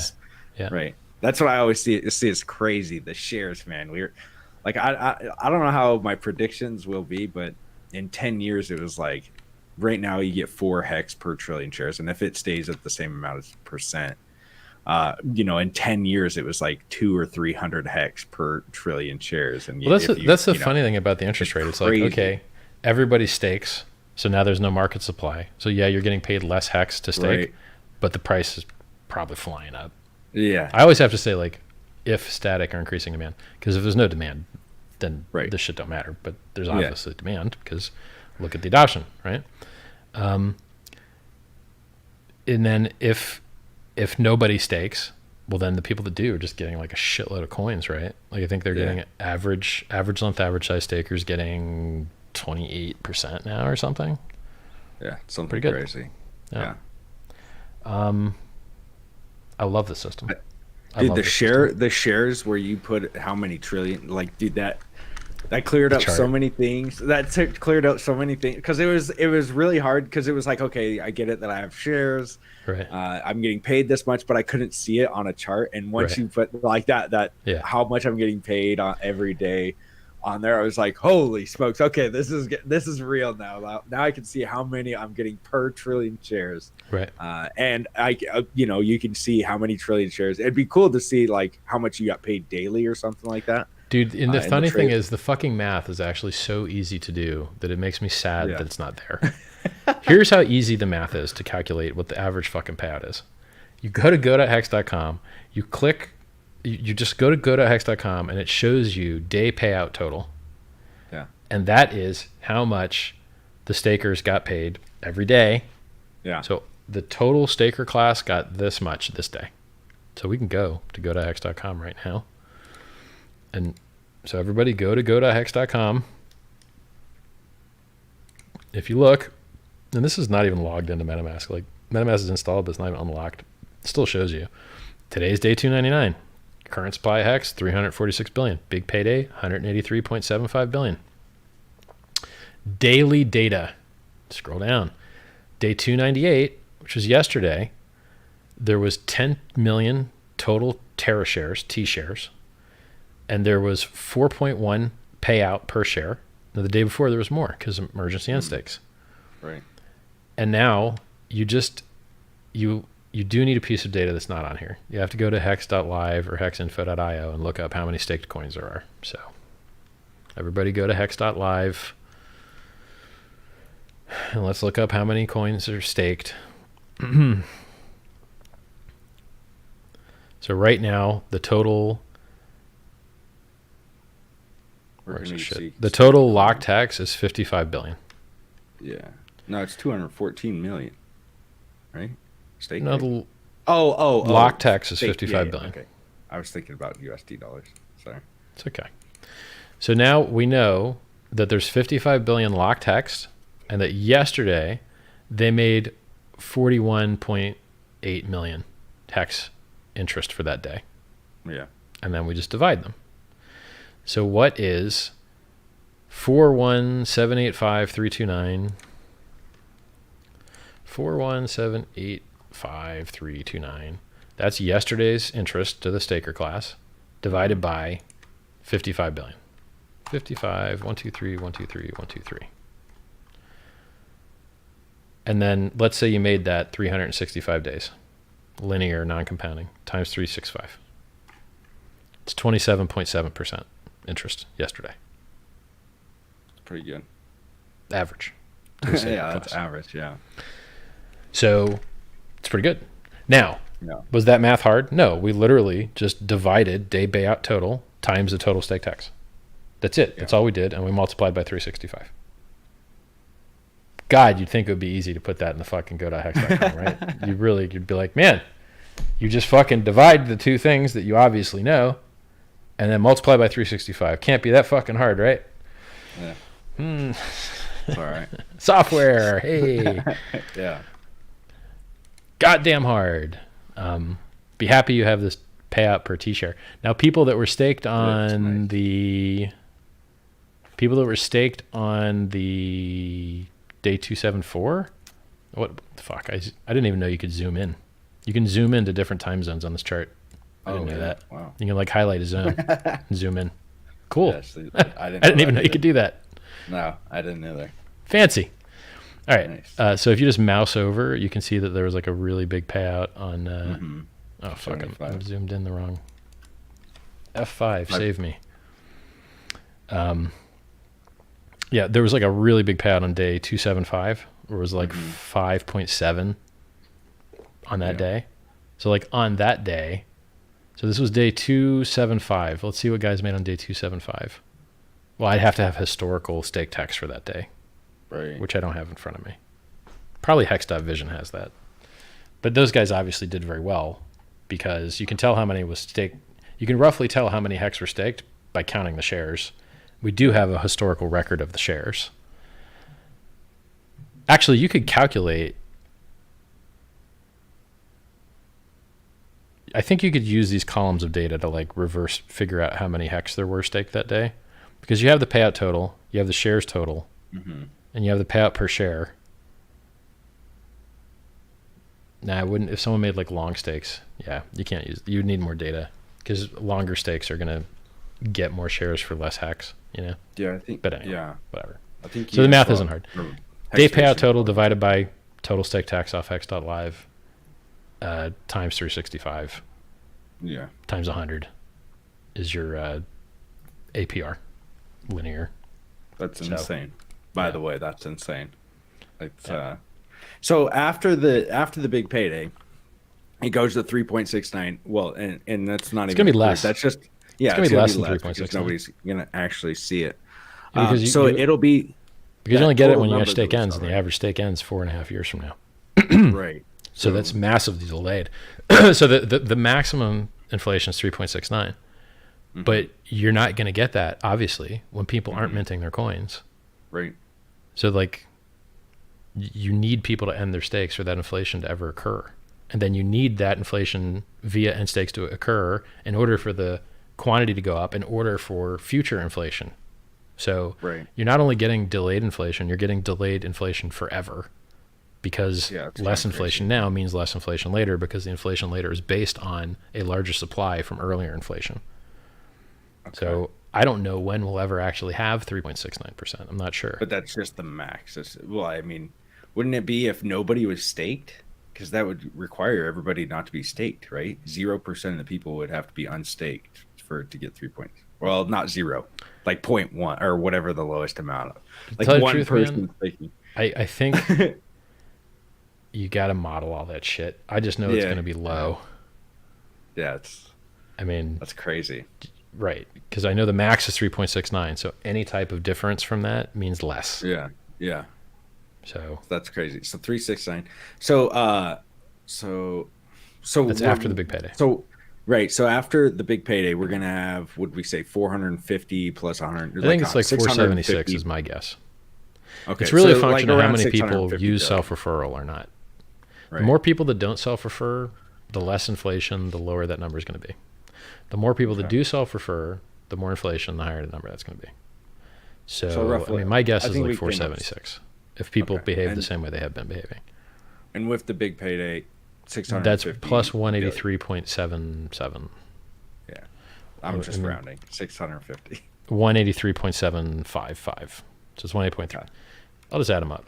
So 183.755 plus 476. It's like 660B. Okay. After. So, but this assumes motherfuckers are minting. If they don't mint, true. So like it does. So I'm saying 660B, but it's actually entirely wrong.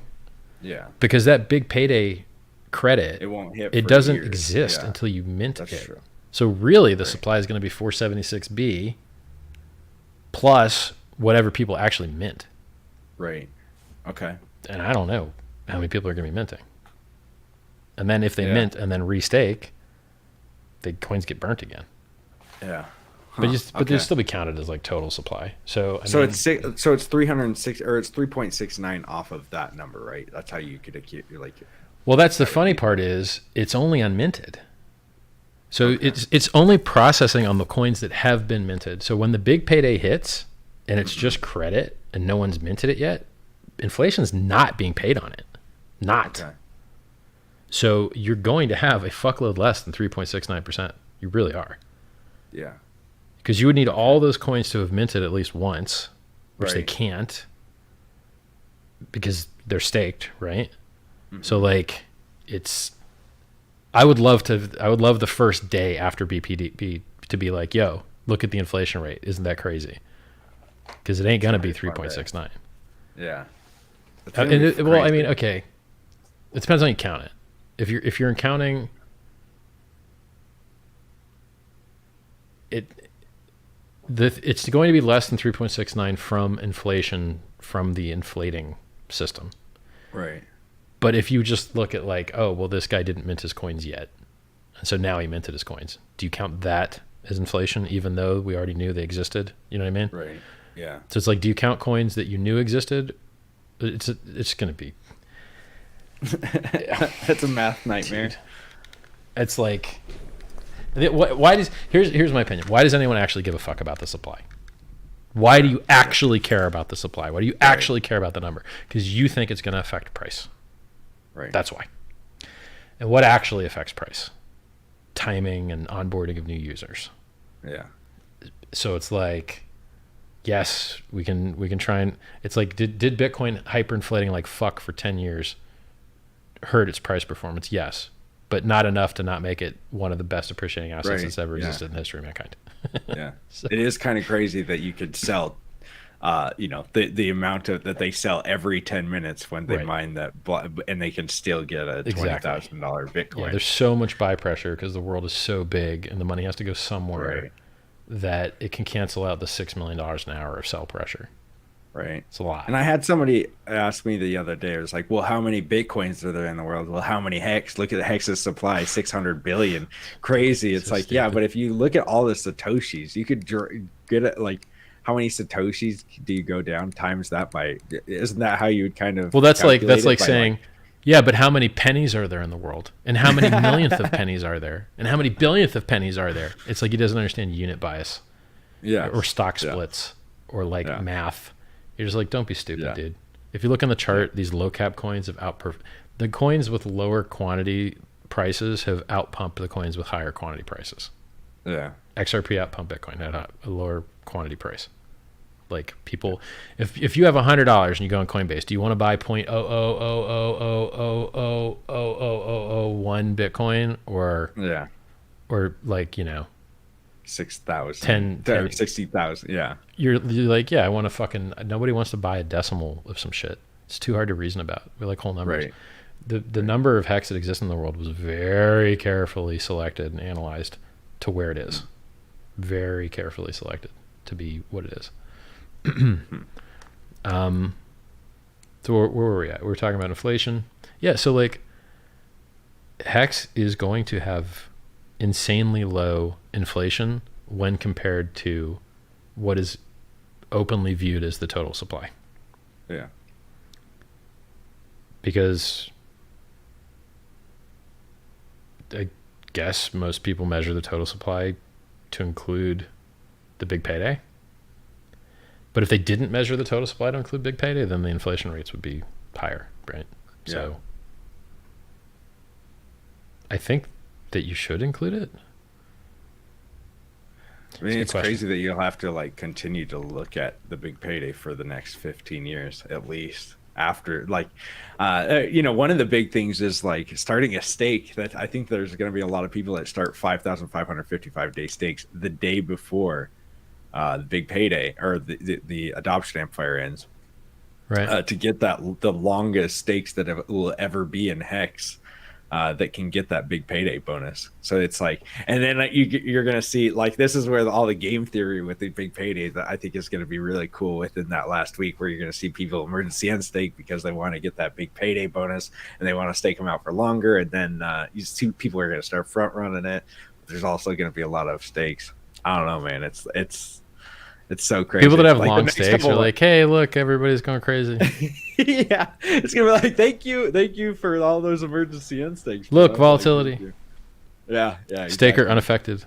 It's like, yeah, it's gonna be crazy for that hilarious. last couple of weeks. That's for sure. Even the last month, I think, is gonna be really fun. Oh, somebody says the gas fees on Uniswap are higher than AA. They probably are. Yeah. I mean, it's got to do more.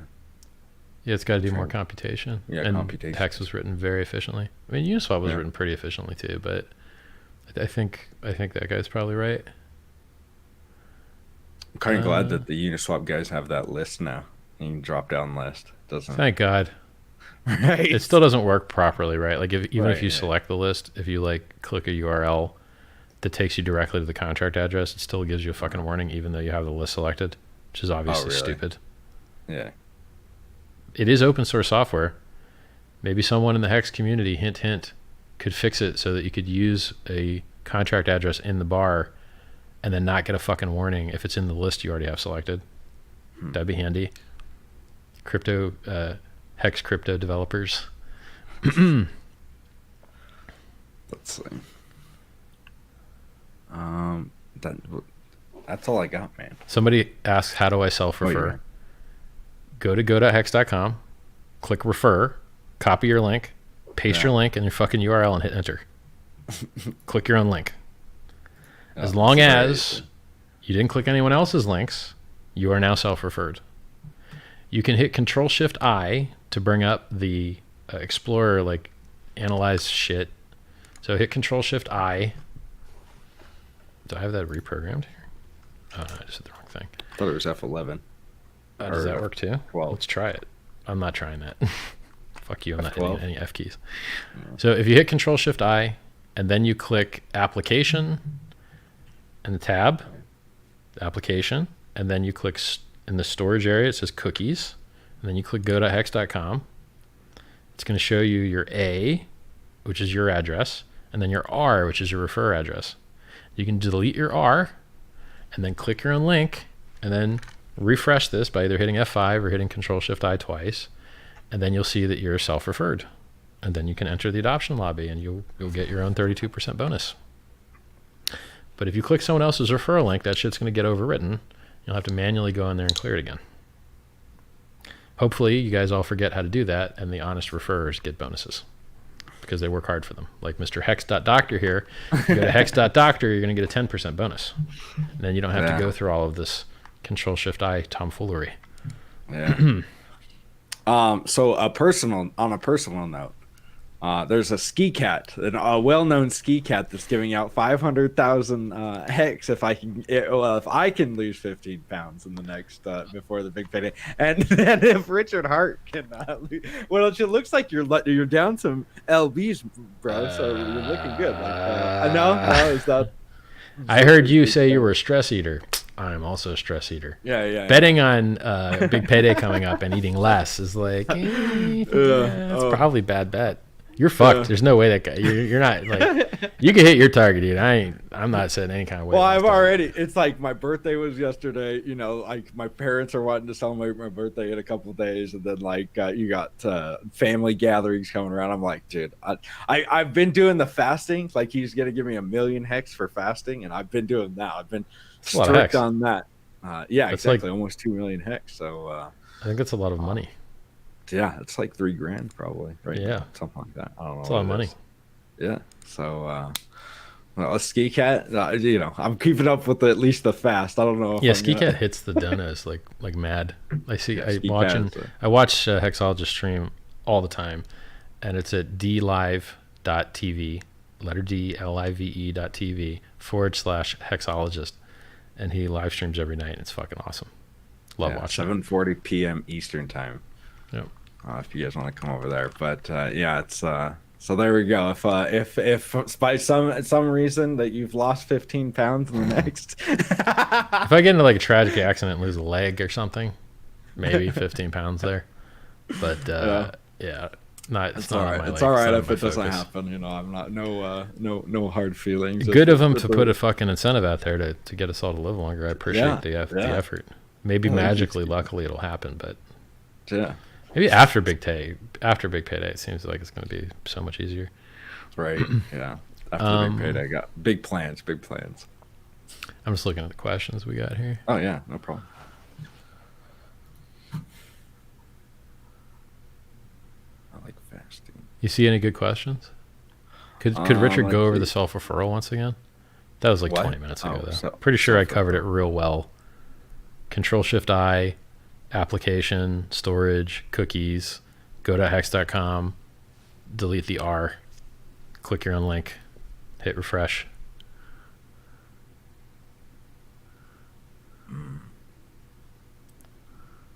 What happens if 10 million Bitcoin free claim in the next 2 weeks? They all self-refer. Then it just drives up the big payday by increasing the virality and critical mass bonuses. Okay. Yeah. And it also like slightly increases the supply. Somebody's asking what you think who will win the U.S. election. 10 million Bitcoin? That would increase the supply by a lot, actually. It might take it from like 476 to like 520 or something. I don't know. It's a lot. Yeah. And so where do those penalties? I think I asked you this before. So they're claiming 90% late. Do those penalties get paid to the staker class and the OA like they would? Yes. Yeah. Okay. Yep. So it's like so the staker class is like we're still getting those penalties. You're going to do better. The staker class is going to get paid more hex if more people free claim, because the big payday is going to go up, and that only gets paid to the staker class.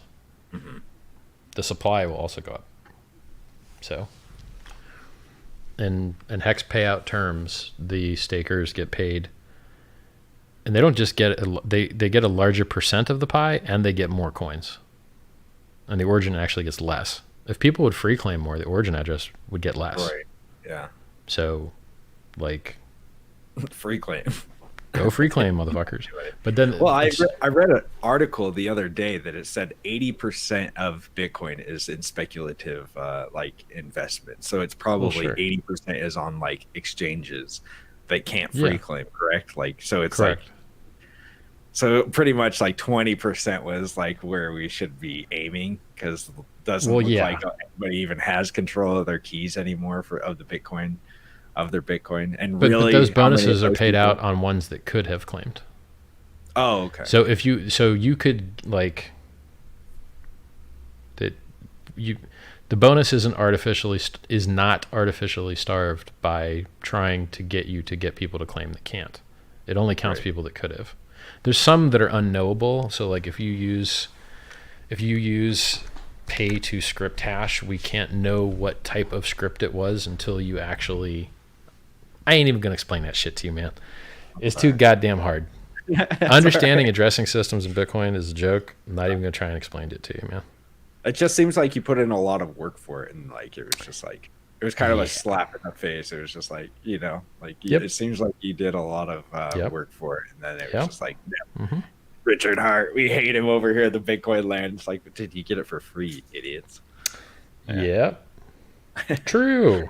It's kind of like if the Ethereum network was to call the Uni drop, like them calling them a scam. It's like, you're a scam because you're giving it to everybody for free. It's like, what? No. Where does the Uni go? Yeah. Where does the Uni go? Yeah. Well, it goes into a pre-mine for the venture capitalist founders. Yeah. But where's the outrage? Everybody listed it instantly. Yeah. Let me ask you a question. What looks more like a security to you? HEX or Uniswap? Yeah, well, I would say Uniswap. Yeah.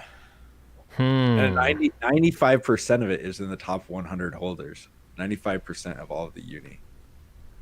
So it's like, wow. So, which number 12 is Binance. So it's like, okay, so they're going to have all the governance that that is in the Uni. So it's like, I don't know. It's pretty crazy to me. That's why I was asking about the collusion, because it's like, all of these places listed. Well, they're 12% owned by like these exchanges, or not 12%, but the top 12. And it's like, well, you're making a lot of money off of this thing and then you list it within an hour of it releasing. Pretty weird. Somebody in chat says, if I use my own referral for myself, I click on it and get 20%. No, you get 32%. Yeah. Because the 20 and the 10 compound to 32. So your 10 processes first, and then your 20 processes, and so you get the 20 on the 100 and the 10 on the top of the 100, and then it adds up to 32% bonus. Somebody asked, what do you think of the recent news of the push by U.S. regulators to drop the Howey test for crypto and classify crypto as securities? I ain't heard about that, and I don't think what you're saying is accurate about that. So wishful thinking, bro. Somebody said, is the HEX website going to be able to handle the big payday traffic? Yeah, I think so. And if it's not, good time to learn all about decentralized systems, huh? Let people use Etherscan, and let them use another hex.win, and let them use hexmob.win and apphex.win. Yeah. There's a lot of other options that aren't go.hex.com. So, but I mean, hex.com is hosted on an extremely scalable system, which automatically scales. So you can't, like, it's never come close to having a problem that I know of. So yeah. And if you're worried about it, what's wrong with now? Yeah. Stake. Your own. You like paying a higher share price? Is that what you like? Share price is the lowest now it'll ever be. It will never get lower. Right now, the share price is as low as you'll ever see it. It only goes up, period. So, let's see. I don't know. Oh, Ski Cat's in the chat. Just dropped an in jet. Well, Ski Cat, welcome. Thank you so much. Just tuned in. Thanks both of all of you for all of you do. Thank you, Ski Cat. Thank you so much for that, bro. I'm just checking chat here. How many decimals in HEX? 8. It's 8 decimals in HEX. And those are called hearts, right? Yeah. Hearts. The reason that we prefer 8 decimals is because since we have so much supply on the left side of the decimal point, we don't need a shitload on the right side. So there's already enough hearts worth of HEX to assign each grain of sand on the planet Earth a price of about 2.5 to 3 hearts. So if you're in the business of selling grains of sand, HEX still has a decent amount, enough resolution for you to price it in. Hey, I mean, it solves it for the long term. Honestly, right. I mean, so we put a lot of thought into how many decimals, and it's also the number of decimals that Bitcoin has, which is handy. But Bitcoin has 18 million and then 8 decimals. Hex has 475 billion before the big payday, and then 8 decimals. So we have more resolution, which gives us less unit bias, which means it's less likely someone has to price a product in 0.00000 something, which sucks balls. Nobody likes it. It's fucking horrible. Yeah. People want to pay a number for something, not a decimal for something. I mean, when you're in Bitcoin and you see that, you're like, I mean, just accidentally fat fingering it and leaving 1 0 out of there. Oh yeah, you're like, I did that earlier. I did that yesterday. I was like, hey, the hex price is 0.038. Somebody posts, you're a fucking liar. I'm like, oh, there's a 0 missing. Thanks for telling me that. That was only 1 0. Thanks for cursing me out for the typo, bro. The math was still right, but the fucking the typing into the Twitter was off by 1 0. Somebody asked, would you want to see Hex on a big exchange, like Binance or Coinbase, or is that? Sure. Yes. Okay. So go ahead and make that happen. What was the significance of the hexagon shape in devising Hex? Luck. Just luck. I like the pump, how it looks like it's pumping. That's Oh, that was on purpose. The logo has a shitload of thought that went into it. Yeah. But just having Hex as the word was luck, because I registered a shitload of Bitcoin domains, and that one was the best expired Bitcoin domain that I had. And then I was like, yo, fuck Bitcoin. Let's drop that shit out of there. Let's have a better brand. Yeah. Hex.com beats the fuck out of Bitcoin Hex as a brand. Murders it. Yeah. Hex beats Bitcoin as a brand as well. Hex is amazing. Can you misspell it? Not really. Is it short? Yeah. Is it a dictionary word? Yeah. Is it .com? Yeah. Okay. That's is Bitcoin amazing. A dictionary word? No. It's 2 words. Compound. Bitcoin. Okay, how many other things in the space have the word bit in them? All of them. How many other things in the space have the word coin in them? All of them. Right? What's the most popular futuristic technological shape? Hexagon. What's Bitcoin shape? Circle. Anything strong or powerful about the circle? Nah, it sucks. Okay, what about does the Bitcoin logo show any kind of growth? It leans a little bit forward. Looks like it's drunk. It's gonna fall over. But Hex shows geometric growth in it up and to the right. It's just a vastly superior logo, vastly superior brand name, vastly superior brand, superior feature set, superior price performance, superior security. In my opinion, superior community. It just does everything better. Almost everything. Heck, Bitcoin's more liquid. It's on more exchanges. It's on more ATMs. It's accepted at a pitiful number of retailers. However, that pitiful number is larger than Hex. Hex's focus is not retail shopping adoption, which gives a place for people to dump their Hex. Hey guys, we worked really hard to give you new places to sell your Hex for shit. Yeah. Sell your Hex? Ew. What? Why would you do that? Yeah. Gross. How about buy Hex? That sounds better to me. So hey guys, look at all these new ways you can dump. No. Yeah. I'm good. You can't buy coffee with Berkshire Hathaway stock. Seems to have worked out real well for him. Sure. But look, we say that on one side, but on the other side, we've got really cheap, high throughput transactions through ZK Sync. So even though it's not our focus, we accidentally do it better. Yeah. It's like, even though anonymity is not our focus, we accidentally do it better. Even though throughput's not really our focus, we accidentally do it better. Awesome. Yeah. So it's like, it's pretty funny. Yeah, I think one of the big things that I'm waiting for is the Staker app, man. Like, I haven't seen any of it. Software, bro. It takes forever. I know. But man, that thing, onboarding users through like an app on their phone is God, it would be nice. Right? It'd be nice if you could just wire money for Hex. Just fucking send a wire. Yeah. Oh, you want to put 100 grand into Hex? Send 100 grand there. Thanks. Yeah. Wouldn't that be nice? God, that would be nice. Is there ways that we could? Do you have to have a bank kind of license to do that, or is there a way? I mean, there's that one that's on hex.com where you can do it, but that thing is, the fees are crazy on it. Whatever it runs off of, I can't remember. I haven't looked at that in a while. It's like $100 and just like $27 to buy. Let's take a look at that. Let's go look. Hex.com, everybody. Go to hex.com. We see the widget. And it's calculating.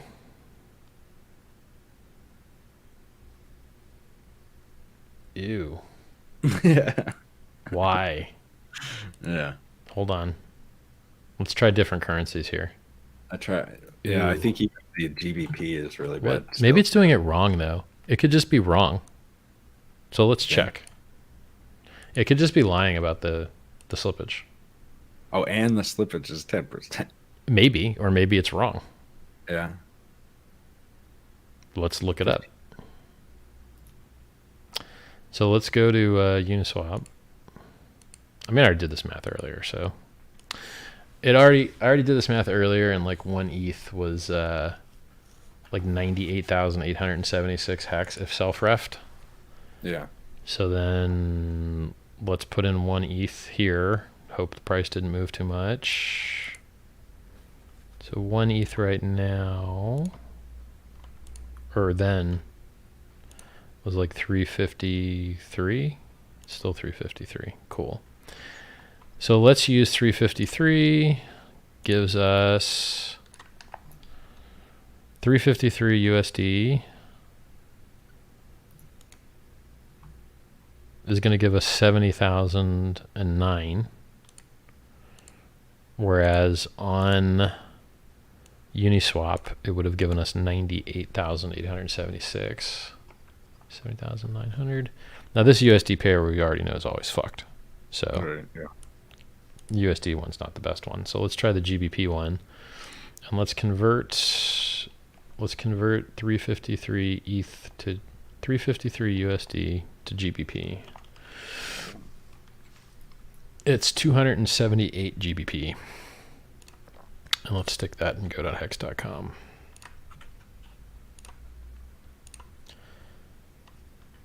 $278, I think I said. Yeah. It's about 75. So 278 GBP is going to get you like 98,000 on Uni. It's going to get you 76,000 via this app. But it's telling me there's a problem fetching price. So can you do that in America? Will it automatically like if I wanted to buy GBP with an American bank account, would it? Someone's got to try it. I think it should still work. I would like someone to try it. Yeah. Yeah, so this says your slippage is 14%.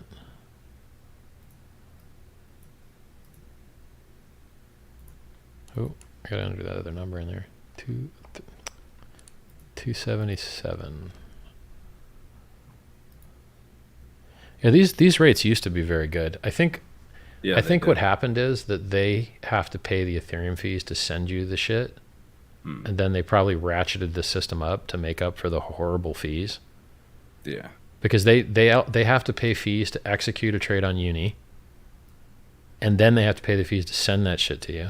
Right. I guess they could, in theory, wrap that into one thing. Because Uni does support that feature. Yeah, I'm not sure why this sucks like this. Oh, I think they changed it from routing through Uni at all to just using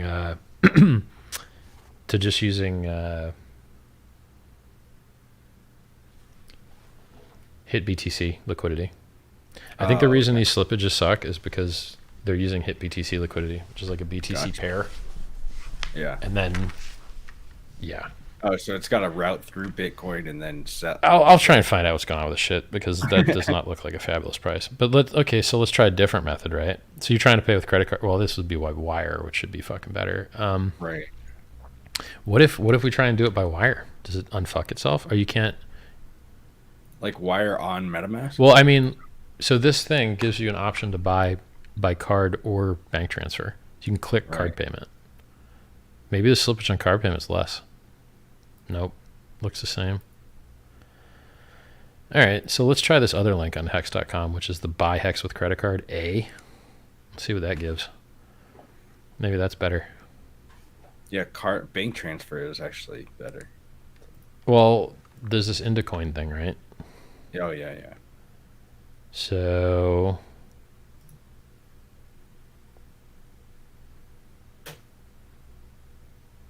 what were we doing? 277 GBP?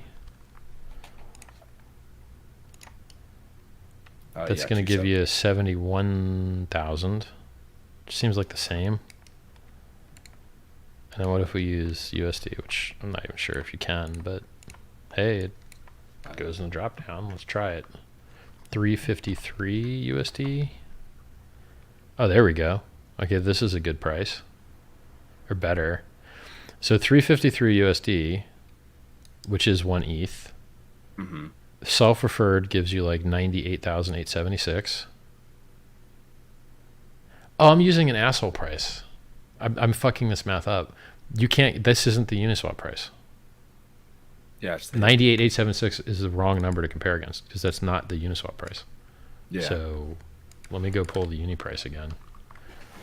I'm not saying you're getting a better deal, but you're not getting as bad a deal as we were indicating here. Yeah.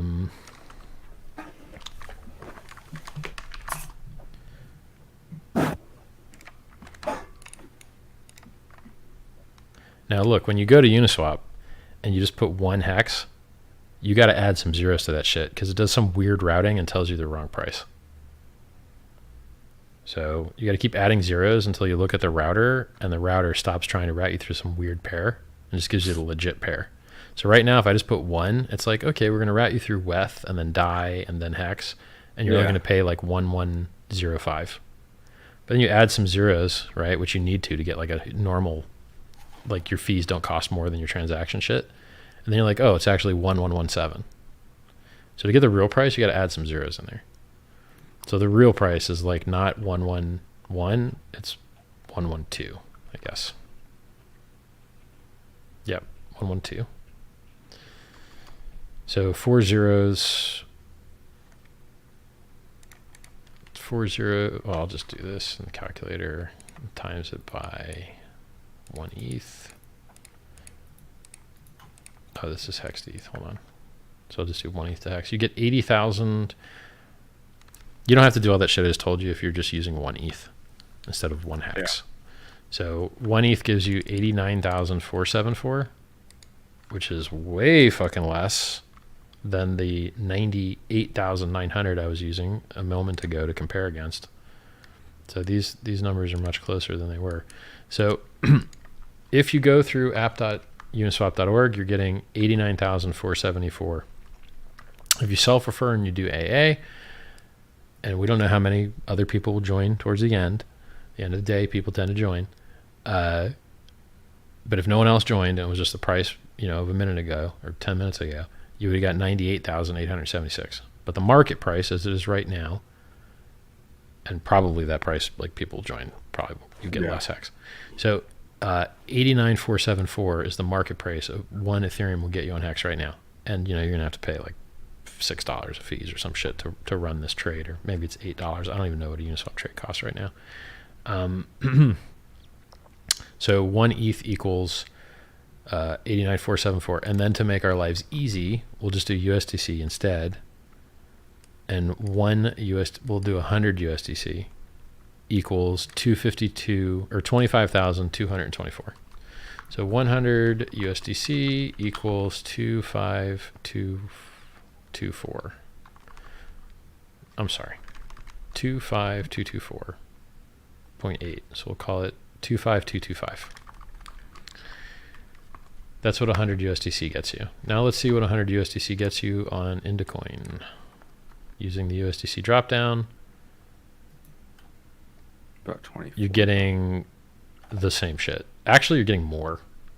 It's cheaper to buy from Indocoin than it is to buy from Uniswap. 100 USD on Indocoin gets you 25,379. And it gets you 25,225 on Uniswap.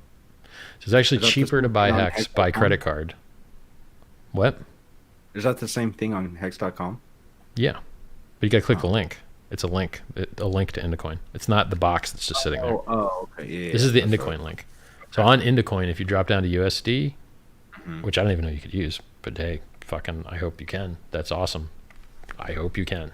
Everybody, if you want to buy HEX cheaper than Uniswap, this link on hex.com, you got to use that link on hex.com. Other links aren't as good deal. This is like some special shit. 100 USD gets you 253 or 25,379, but 100 USDC on Uniswap only gets you 25,225. You don't even have to pay gas with this one.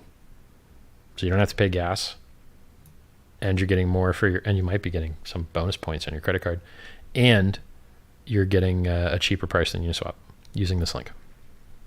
That's pretty fucking good. But I didn't think you could use USD. I thought you had to use like other currencies. On this thing, that link you can't. On the box on the hex.com, you can use USD. Well, okay. USA. I think you can use USD if you're not living in America. If you don't have a USA IP, I think you can use USD currency. But if you have a USA IP, they'll be like, you can't do it from in the US. But if you're a non-US person outside the US, I think you can use USD as your input currency. Does that make sense? Yeah. I think Guam uses USD, you know? Anyway. But regardless, I bet that price holds for other things as well. Like how much is 100 USD in GBP? It's 78.46. Okay, and what is 78.46 in this Indicoin shit? Give me GBP, please. 19,694. Did this work? Let me check this again. That obviously wasn't the right math. GBP 78.46 to it's 25,059. It's the same shit. So you're gonna get the same price whether you're using USD or GBP or whatever the fuck if you're using the Indicoin link. But I don't think US users can use it. I think only international users can use it. So if you're in Australia or Canada or VPN, UK or not, if you're visiting, I don't fucking know. Okay. You guys tell me. You try it. Go to this link. Go to hex.com. Click the option A, and you let me know what works because the price is better than Uniswap, and you get bonus points on your credit card. Ski Cat just hit us with another ninja. It said we're looking skinny. He just took off his glasses. We're looking skinny. So Nice. It looks like it's happening. Great. Thank you, Ski Cat. I wish my scale went to the same vision doctor that you go to. For real. Optometrist, ophthalmologist. So now let's look at the other option, right? So we go on the front of hex.com and we look at this Indicoin shit, which is displaying like weird high fucking numbers. Let's drop to USD, which historically I thought sucked here, but we're looking it up. I'm clicking Visa card payment, and we're going to type this 100 USD thing. And it's only giving us 15,000. That's a big difference. Yeah. So 100 USD on card on this front thing is like 15,000, and 100 USDC on the Indicoin link is 25,000. That's a big fucking difference. And there's $31 of total fees on that on the front page thing. That is a big fucking difference. Yeah. So I don't know what's wrong with this dude's shit. These guys need to fix their shit, I guess, because I don't see any reason that anyone would ever want to pay such a shit price. Yeah. I mean, probably just pull it off the fucking site. I mean, who's making that missing money? I don't know, but that rate seems garbage to me. Yeah, it used to be like $5 for 1,000 or 5 GBP for 1,000 GBP. Yeah, it used to be fabulous. Now it's like yeah, it's garbage now. Okay, 78 point. What was the GBP shit? 78.46, 78.46. So using Bankwire to GBP used to kick ass with this thing. Yeah. It keeps saying this problem fetching the price all the time. It's pissing me off a bit. Yeah, these rates just suck balls, dude. Yeah. And there's always this, I guess maybe this widget doesn't belong here anymore. Is there any benefit for this widget to be here? I mean, if it sucks balls, I never tell anybody to go to it because it looks, you know. It used to be good. Yeah, it was 5 GBP if you're going to do that. But yeah, I'll have to figure that out. I will evaluate removing this fucking thing. Yeah, we'll see whether they're going to fix it or if it just needs pulled. But I don't see how giving people a bad deal is like. I don't know who benefits from that bad deal, because there should be somebody benefiting from it, right? But I don't know who in this case is. Let's find out. Thanks for putting it on my radar. Somebody asked if anybody knows if the OA has claimed their uni and if they've done anything with it. It's all on chain, ain't it, bro? It's all on chain, ain't it? Somebody also said late unstake penalties is a bad feature. If it wasn't there, guys with small stakes could just wait out until fees go lower. I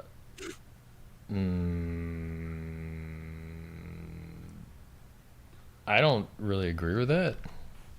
I mean, let's talk about businesses that make money on you being late. Yeah. Every rental thing ever.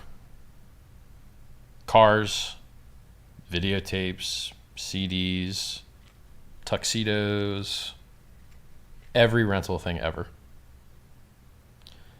If you don't remove your stake, you're diluting all the other shareholders. They're all making less because your shitty expired shares are still sitting there, reducing their payouts. Yep. Is that fair? That you said you were going to end stake at a certain time, and someone needs to upgrade the network's system state for the idea to do the math that your shit is done and you're pulling out. So why don't you pay to update the system state? And how do we incentivize you to keep the system state accurate? By penalizing you for not doing what you said you would and ending your stake when you said you would, which fucks all over everybody else. So you should be penalized for not doing what you said you would. And who should pay for your computation but you? Because there is no free in the Ethereum network. You have to pay gas for any form of computation to be done. And in general, banks and pay your credit card bill late. See how that works out. You're going to get fucked if you do anything late anywhere at all, because it's a profit center for the people on the other side of the trade. And in this case, that's really the staker in the OA. So it's a revenue center for stakers. So you being a dumbass and being forgetful and irresponsible is a revenue center for the stakers, and it's by design that way.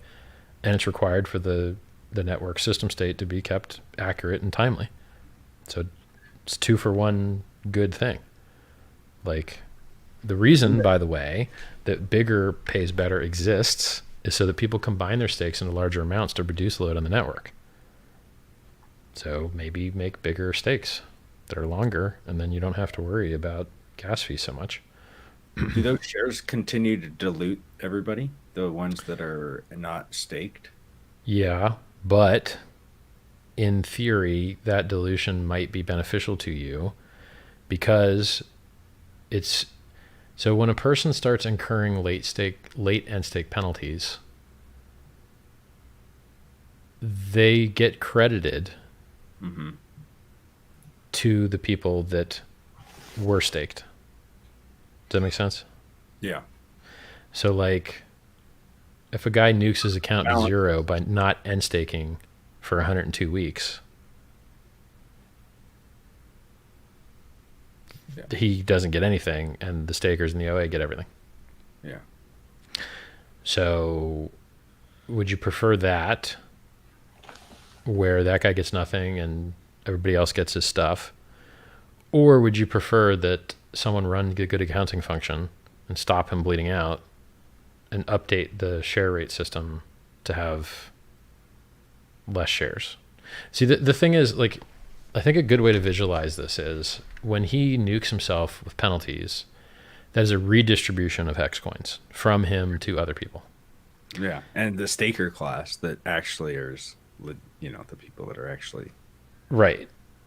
Yeah. The other option is that someone... So when he bleeds out in that way, the HEX actually gets created and minted and redistributed to other people when someone runs good accounting or end stakes the guy. The other option is that, well, so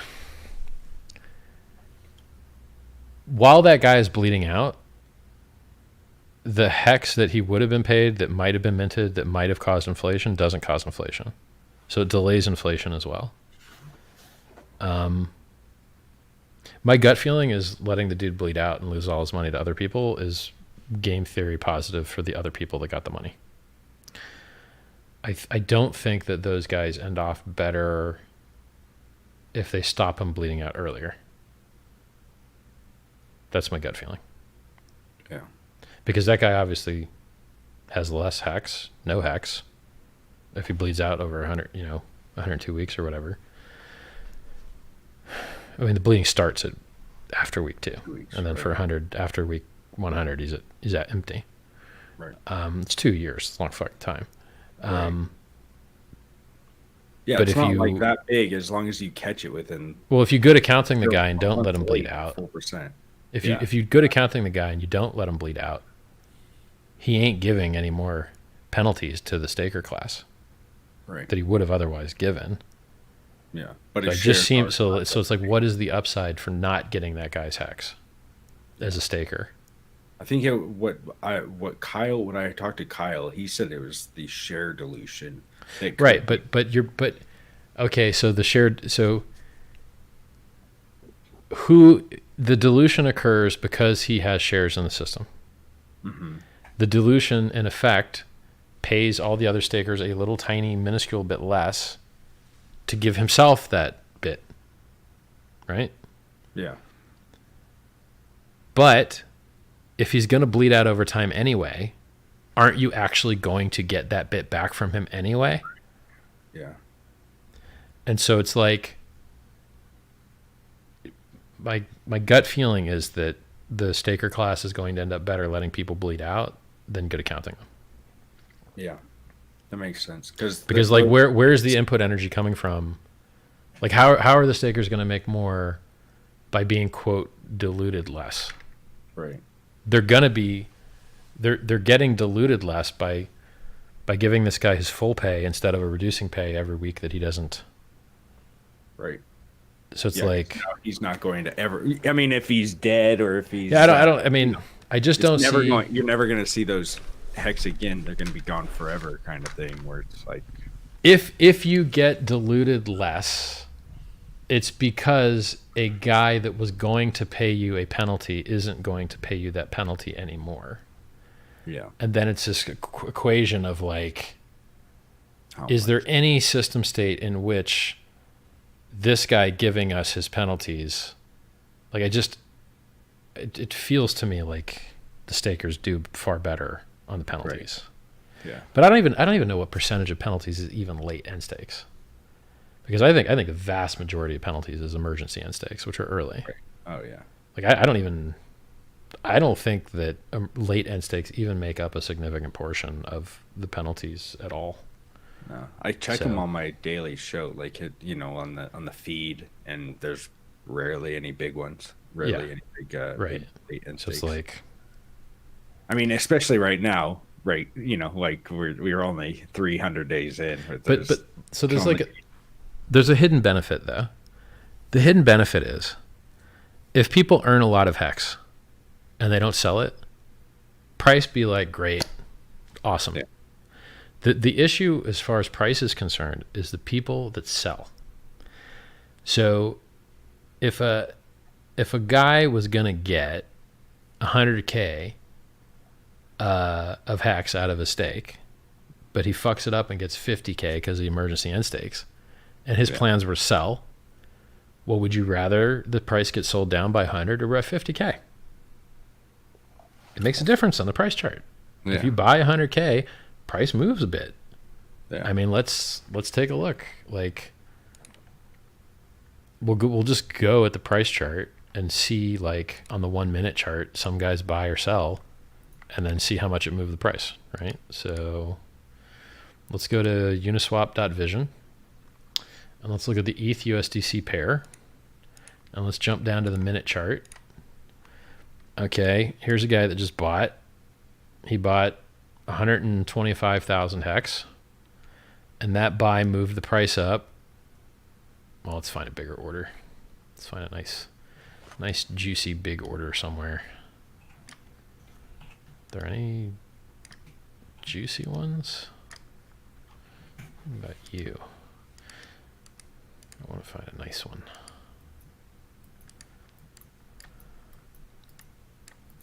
I do not miss the days looking at the minute chart trying to trade. That's the first time I've looked at the minute chart in a long time. All right, well, like, I don't know. Here's one. All right, so this guy bought 617,000 hex. And the price moved up 0.5%. Now, how much is 617,000 hex worth? 1,500 bucks. 2,500 bucks. So this guy moved the hex price 0.5% with 2,500 bucks. So if a guy sells 25K instead of 50K, or if he sells 50K instead of 100K, it's a big goddamn difference.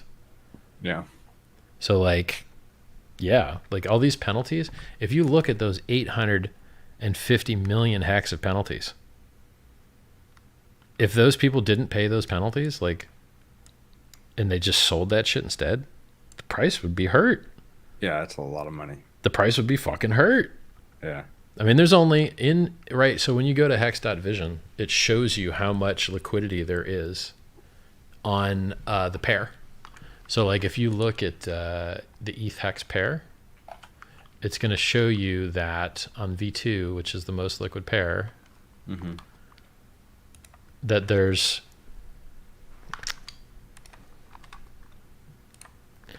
880 million hex and 9,800 ETH. Yeah. In the pair. You can do that on Uniswap.vision as well. It's right there at top. That's what I'm reading. Yeah. So, I mean, you can look that up on Uniswap.info and find the trading pair and all that shit, but it's just easier to do it here. Yeah. So, like, imagine if those 880 million hex weren't paid as penalties and they were just given to those people and they just sold them all, the price of hex would be 4 times lower right now. It would be 75% less than it is right now if they sold right now. Because anytime you double one side of the equation, you move the price 4x in that way. Right. So if you doubled the ETH right now from 9,800 to like 19.6, then the price would 4x. Now it works the other way. If you doubled the hex, which it ain't so easy to find 880 million fucking hex, it's just really not that easy to find it. Yeah. Unless you're whale, I guess, like the Origin or something, right? But if you're just like normal dude, very hard to find, which is why the price goes up, because the market supply is very low. Everybody stakes this shit or just has long time preferences, it seems. If those 880 million hex that were penalized from those people and didn't get sold, well, I mean, you know, in theory, I guess some of them got redistributed to people that might have sold them. But my point is, like, getting hex out of weak-handed pleb hands is amazingly good for price, because the plebs can't sell what they don't have, and then the price doesn't get fucked. Right? Yeah. The whole game in appreciating assets is supply and demand. You can increase the demand, you can decrease the supply. That creates positive price pressure. Right. Hex algorithmically rewards those that create positive buy pressure by reducing supply. I mean, reducing supply isn't the same as positive buy pressure, but since we obviously have some demand, which causes like people like pressing buy, having less of them, less for them to be able to buy is the entire name of the game. Right.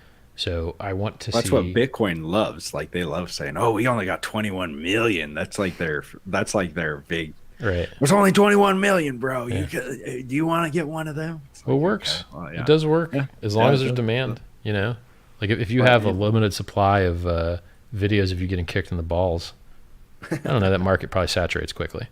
It's probably a very limited market for how many people want to buy that video. Yeah. I'm good for one copy. I don't need two copies. You know, give me the Rochambeau special. Yeah. So my point about this, like, it's just like giveaways. If you give away someone some HEX, that shit could be worth a lot of money one day. Yeah. But if you just give them away something else, you don't have that risk that they're going to come back one day and be like, ha ha ha, now I'm going to sell this shit that went up 100x on you, you know? True. Yeah. So that's what I love about HEX is rare, and people aren't just throwing it around like it's fucking play money, because they know it could be worth a lot. So that I believe is part of the reason why the price has done as well as it has, is because people don't fucking part with their HEX very easily. No. They don't want to give it up. They want to keep their HEX, because their HEX can keep making more HEX. Yeah, it's beautiful. I mean, it was funny because like I've probably given away like 2 million HEX at the first, because like that it was worth, you know, whatever 116x less than it was worth right now. So I was just like, oh, here you go, and I threw it around, and then it went up 116, and everybody over on Telegram was, you know, everybody was tipping each other. Here's 1,000 HEX. Here's 5,000 HEX. Now it's like you see somebody that's like, here's 3 HEX. Like every once in a while. Somebody in chat asked that today. They're like, oh, I used to get 1,000 HEX tips. I'm like, 1, if you beg in here, I'll ban you. 2, the price went up 100x. Fuck you.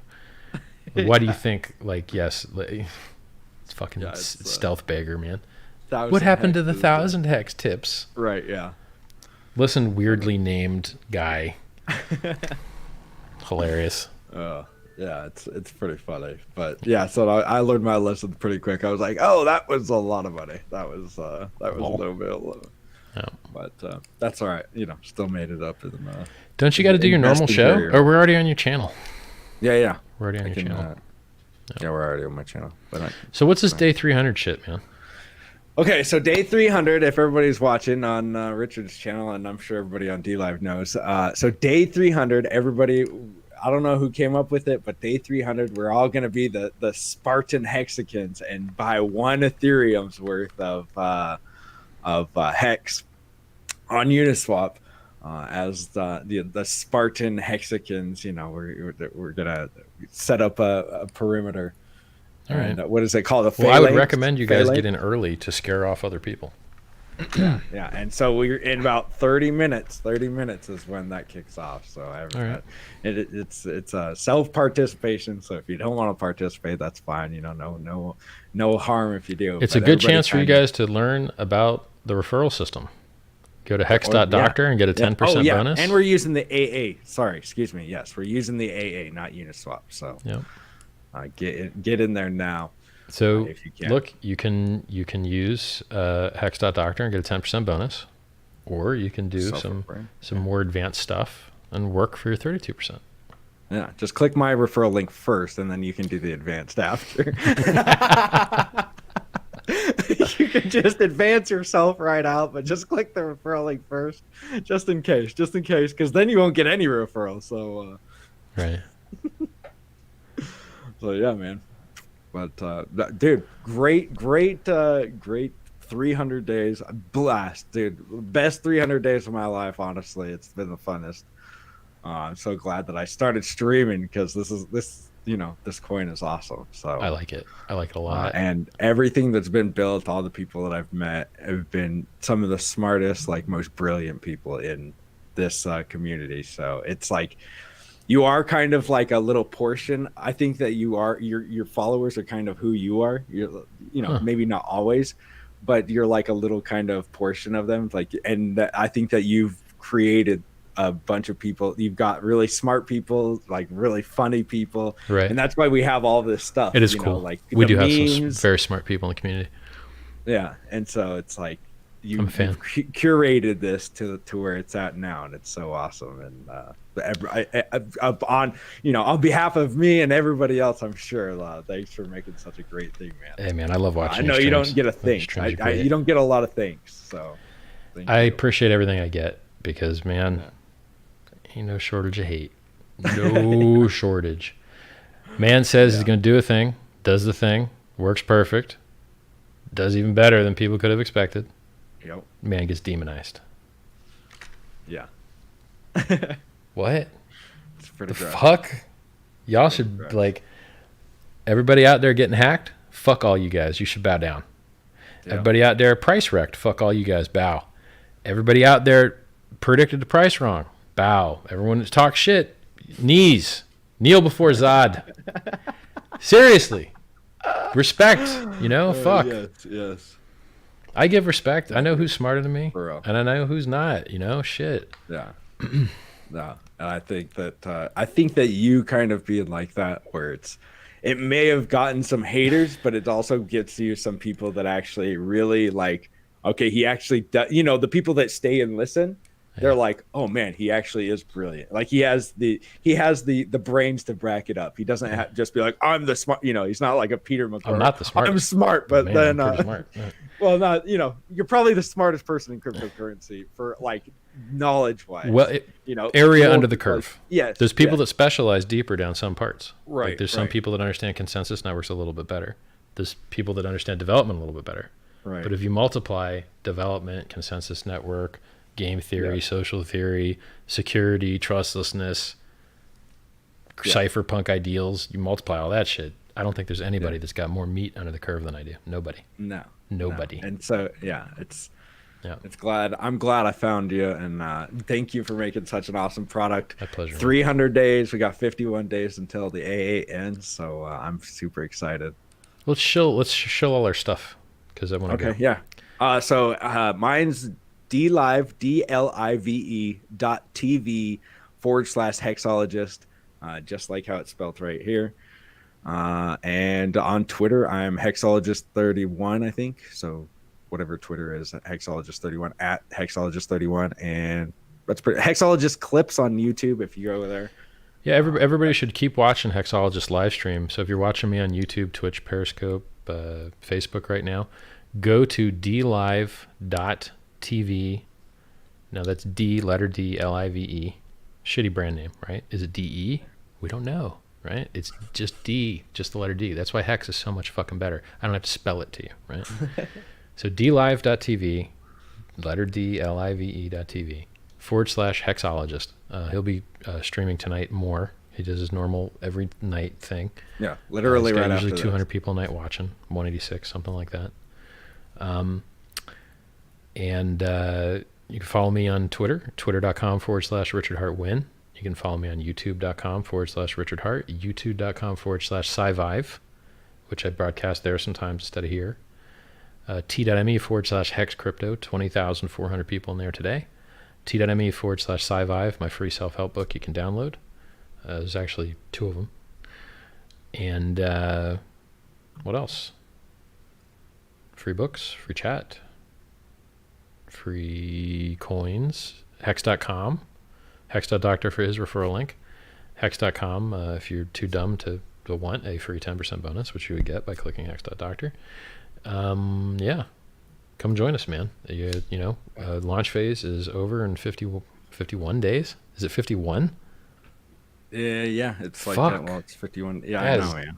not much time. I know. Launch phase is going to be over really, really soon. And the big payday, 183.7 billion hex, is going to be credited to the staker class. Buy shares. Share price only goes up. And right now, the circulating supply, or rather the total supply, is 355B, I think. That's it. Okay. It's good talking to you, man. I'll be watching your Yeah, show you too. in Thanks, a bro. few minutes. Thanks. We got a Alright, bunch of man. other streamers in the Hex ecosystem as well. Yeah. We got Crypto Coffee. We got the dog guy. RG3's Can't remember. Discourse, Hodl Dog, Discourse Yeah. Syndicate. Yeah, and we got Let's see. Randy Conrad Clark. Zen, and we've got who else? Big Kurkowski, Randy Hilarski, Balliot Brand, RG3, and Hex and Net sometimes. Yeah, Who's the Serena. awesome dude with the special effects? Who is that? Special effects, bro. I don't know who's that. The guy that does all Oh, the special Ministry of effects. Hex. No, the guy that does the he does. You said he should make an account. You said he should make a YouTube video. Johnny Chaos. Johnny Yeah. Chaos. Yeah, CCFX on Twitter. Yeah. I don't think he has a YouTube. So His vids are great. bunch of people that make hex videos that they really make awesome stuff. Yeah, way better than any community. So thanks. Somebody asked, what is up with that fake chair in the back? He took my background and then made it a green screen. So he's got a green screen of my background behind him. Richard's house, So, man. I like it. Me I think in it the looks cool. basement, everybody. I think it looks was a nice. meme. All right, man. I mean, shit, why buy all this stuff if you can just green screen it? Yeah, dude, what the heck? Oh, man. All right, man. It was great talking to you, bro. Hey, yeah, you too. Hey, take care. T.me/hex crypto, everybody. I'll pop it in the chat. All right. Hey, chat. This is like the best chat ever. And then here's my Twitter. And here is my YouTube.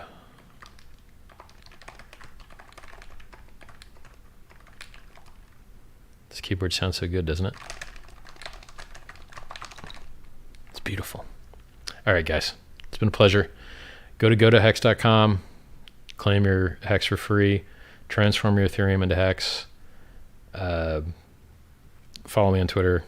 Click like, click subscribe, click the bell icon, and watch HEXologist now at dlive.tv/HEXologist. His show is pretty awesome. A little bit more action-packed than answering questions, because questions can be pretty hard. And that's it, guys. It's been a pleasure, man. I enjoy being on this ride with you guys.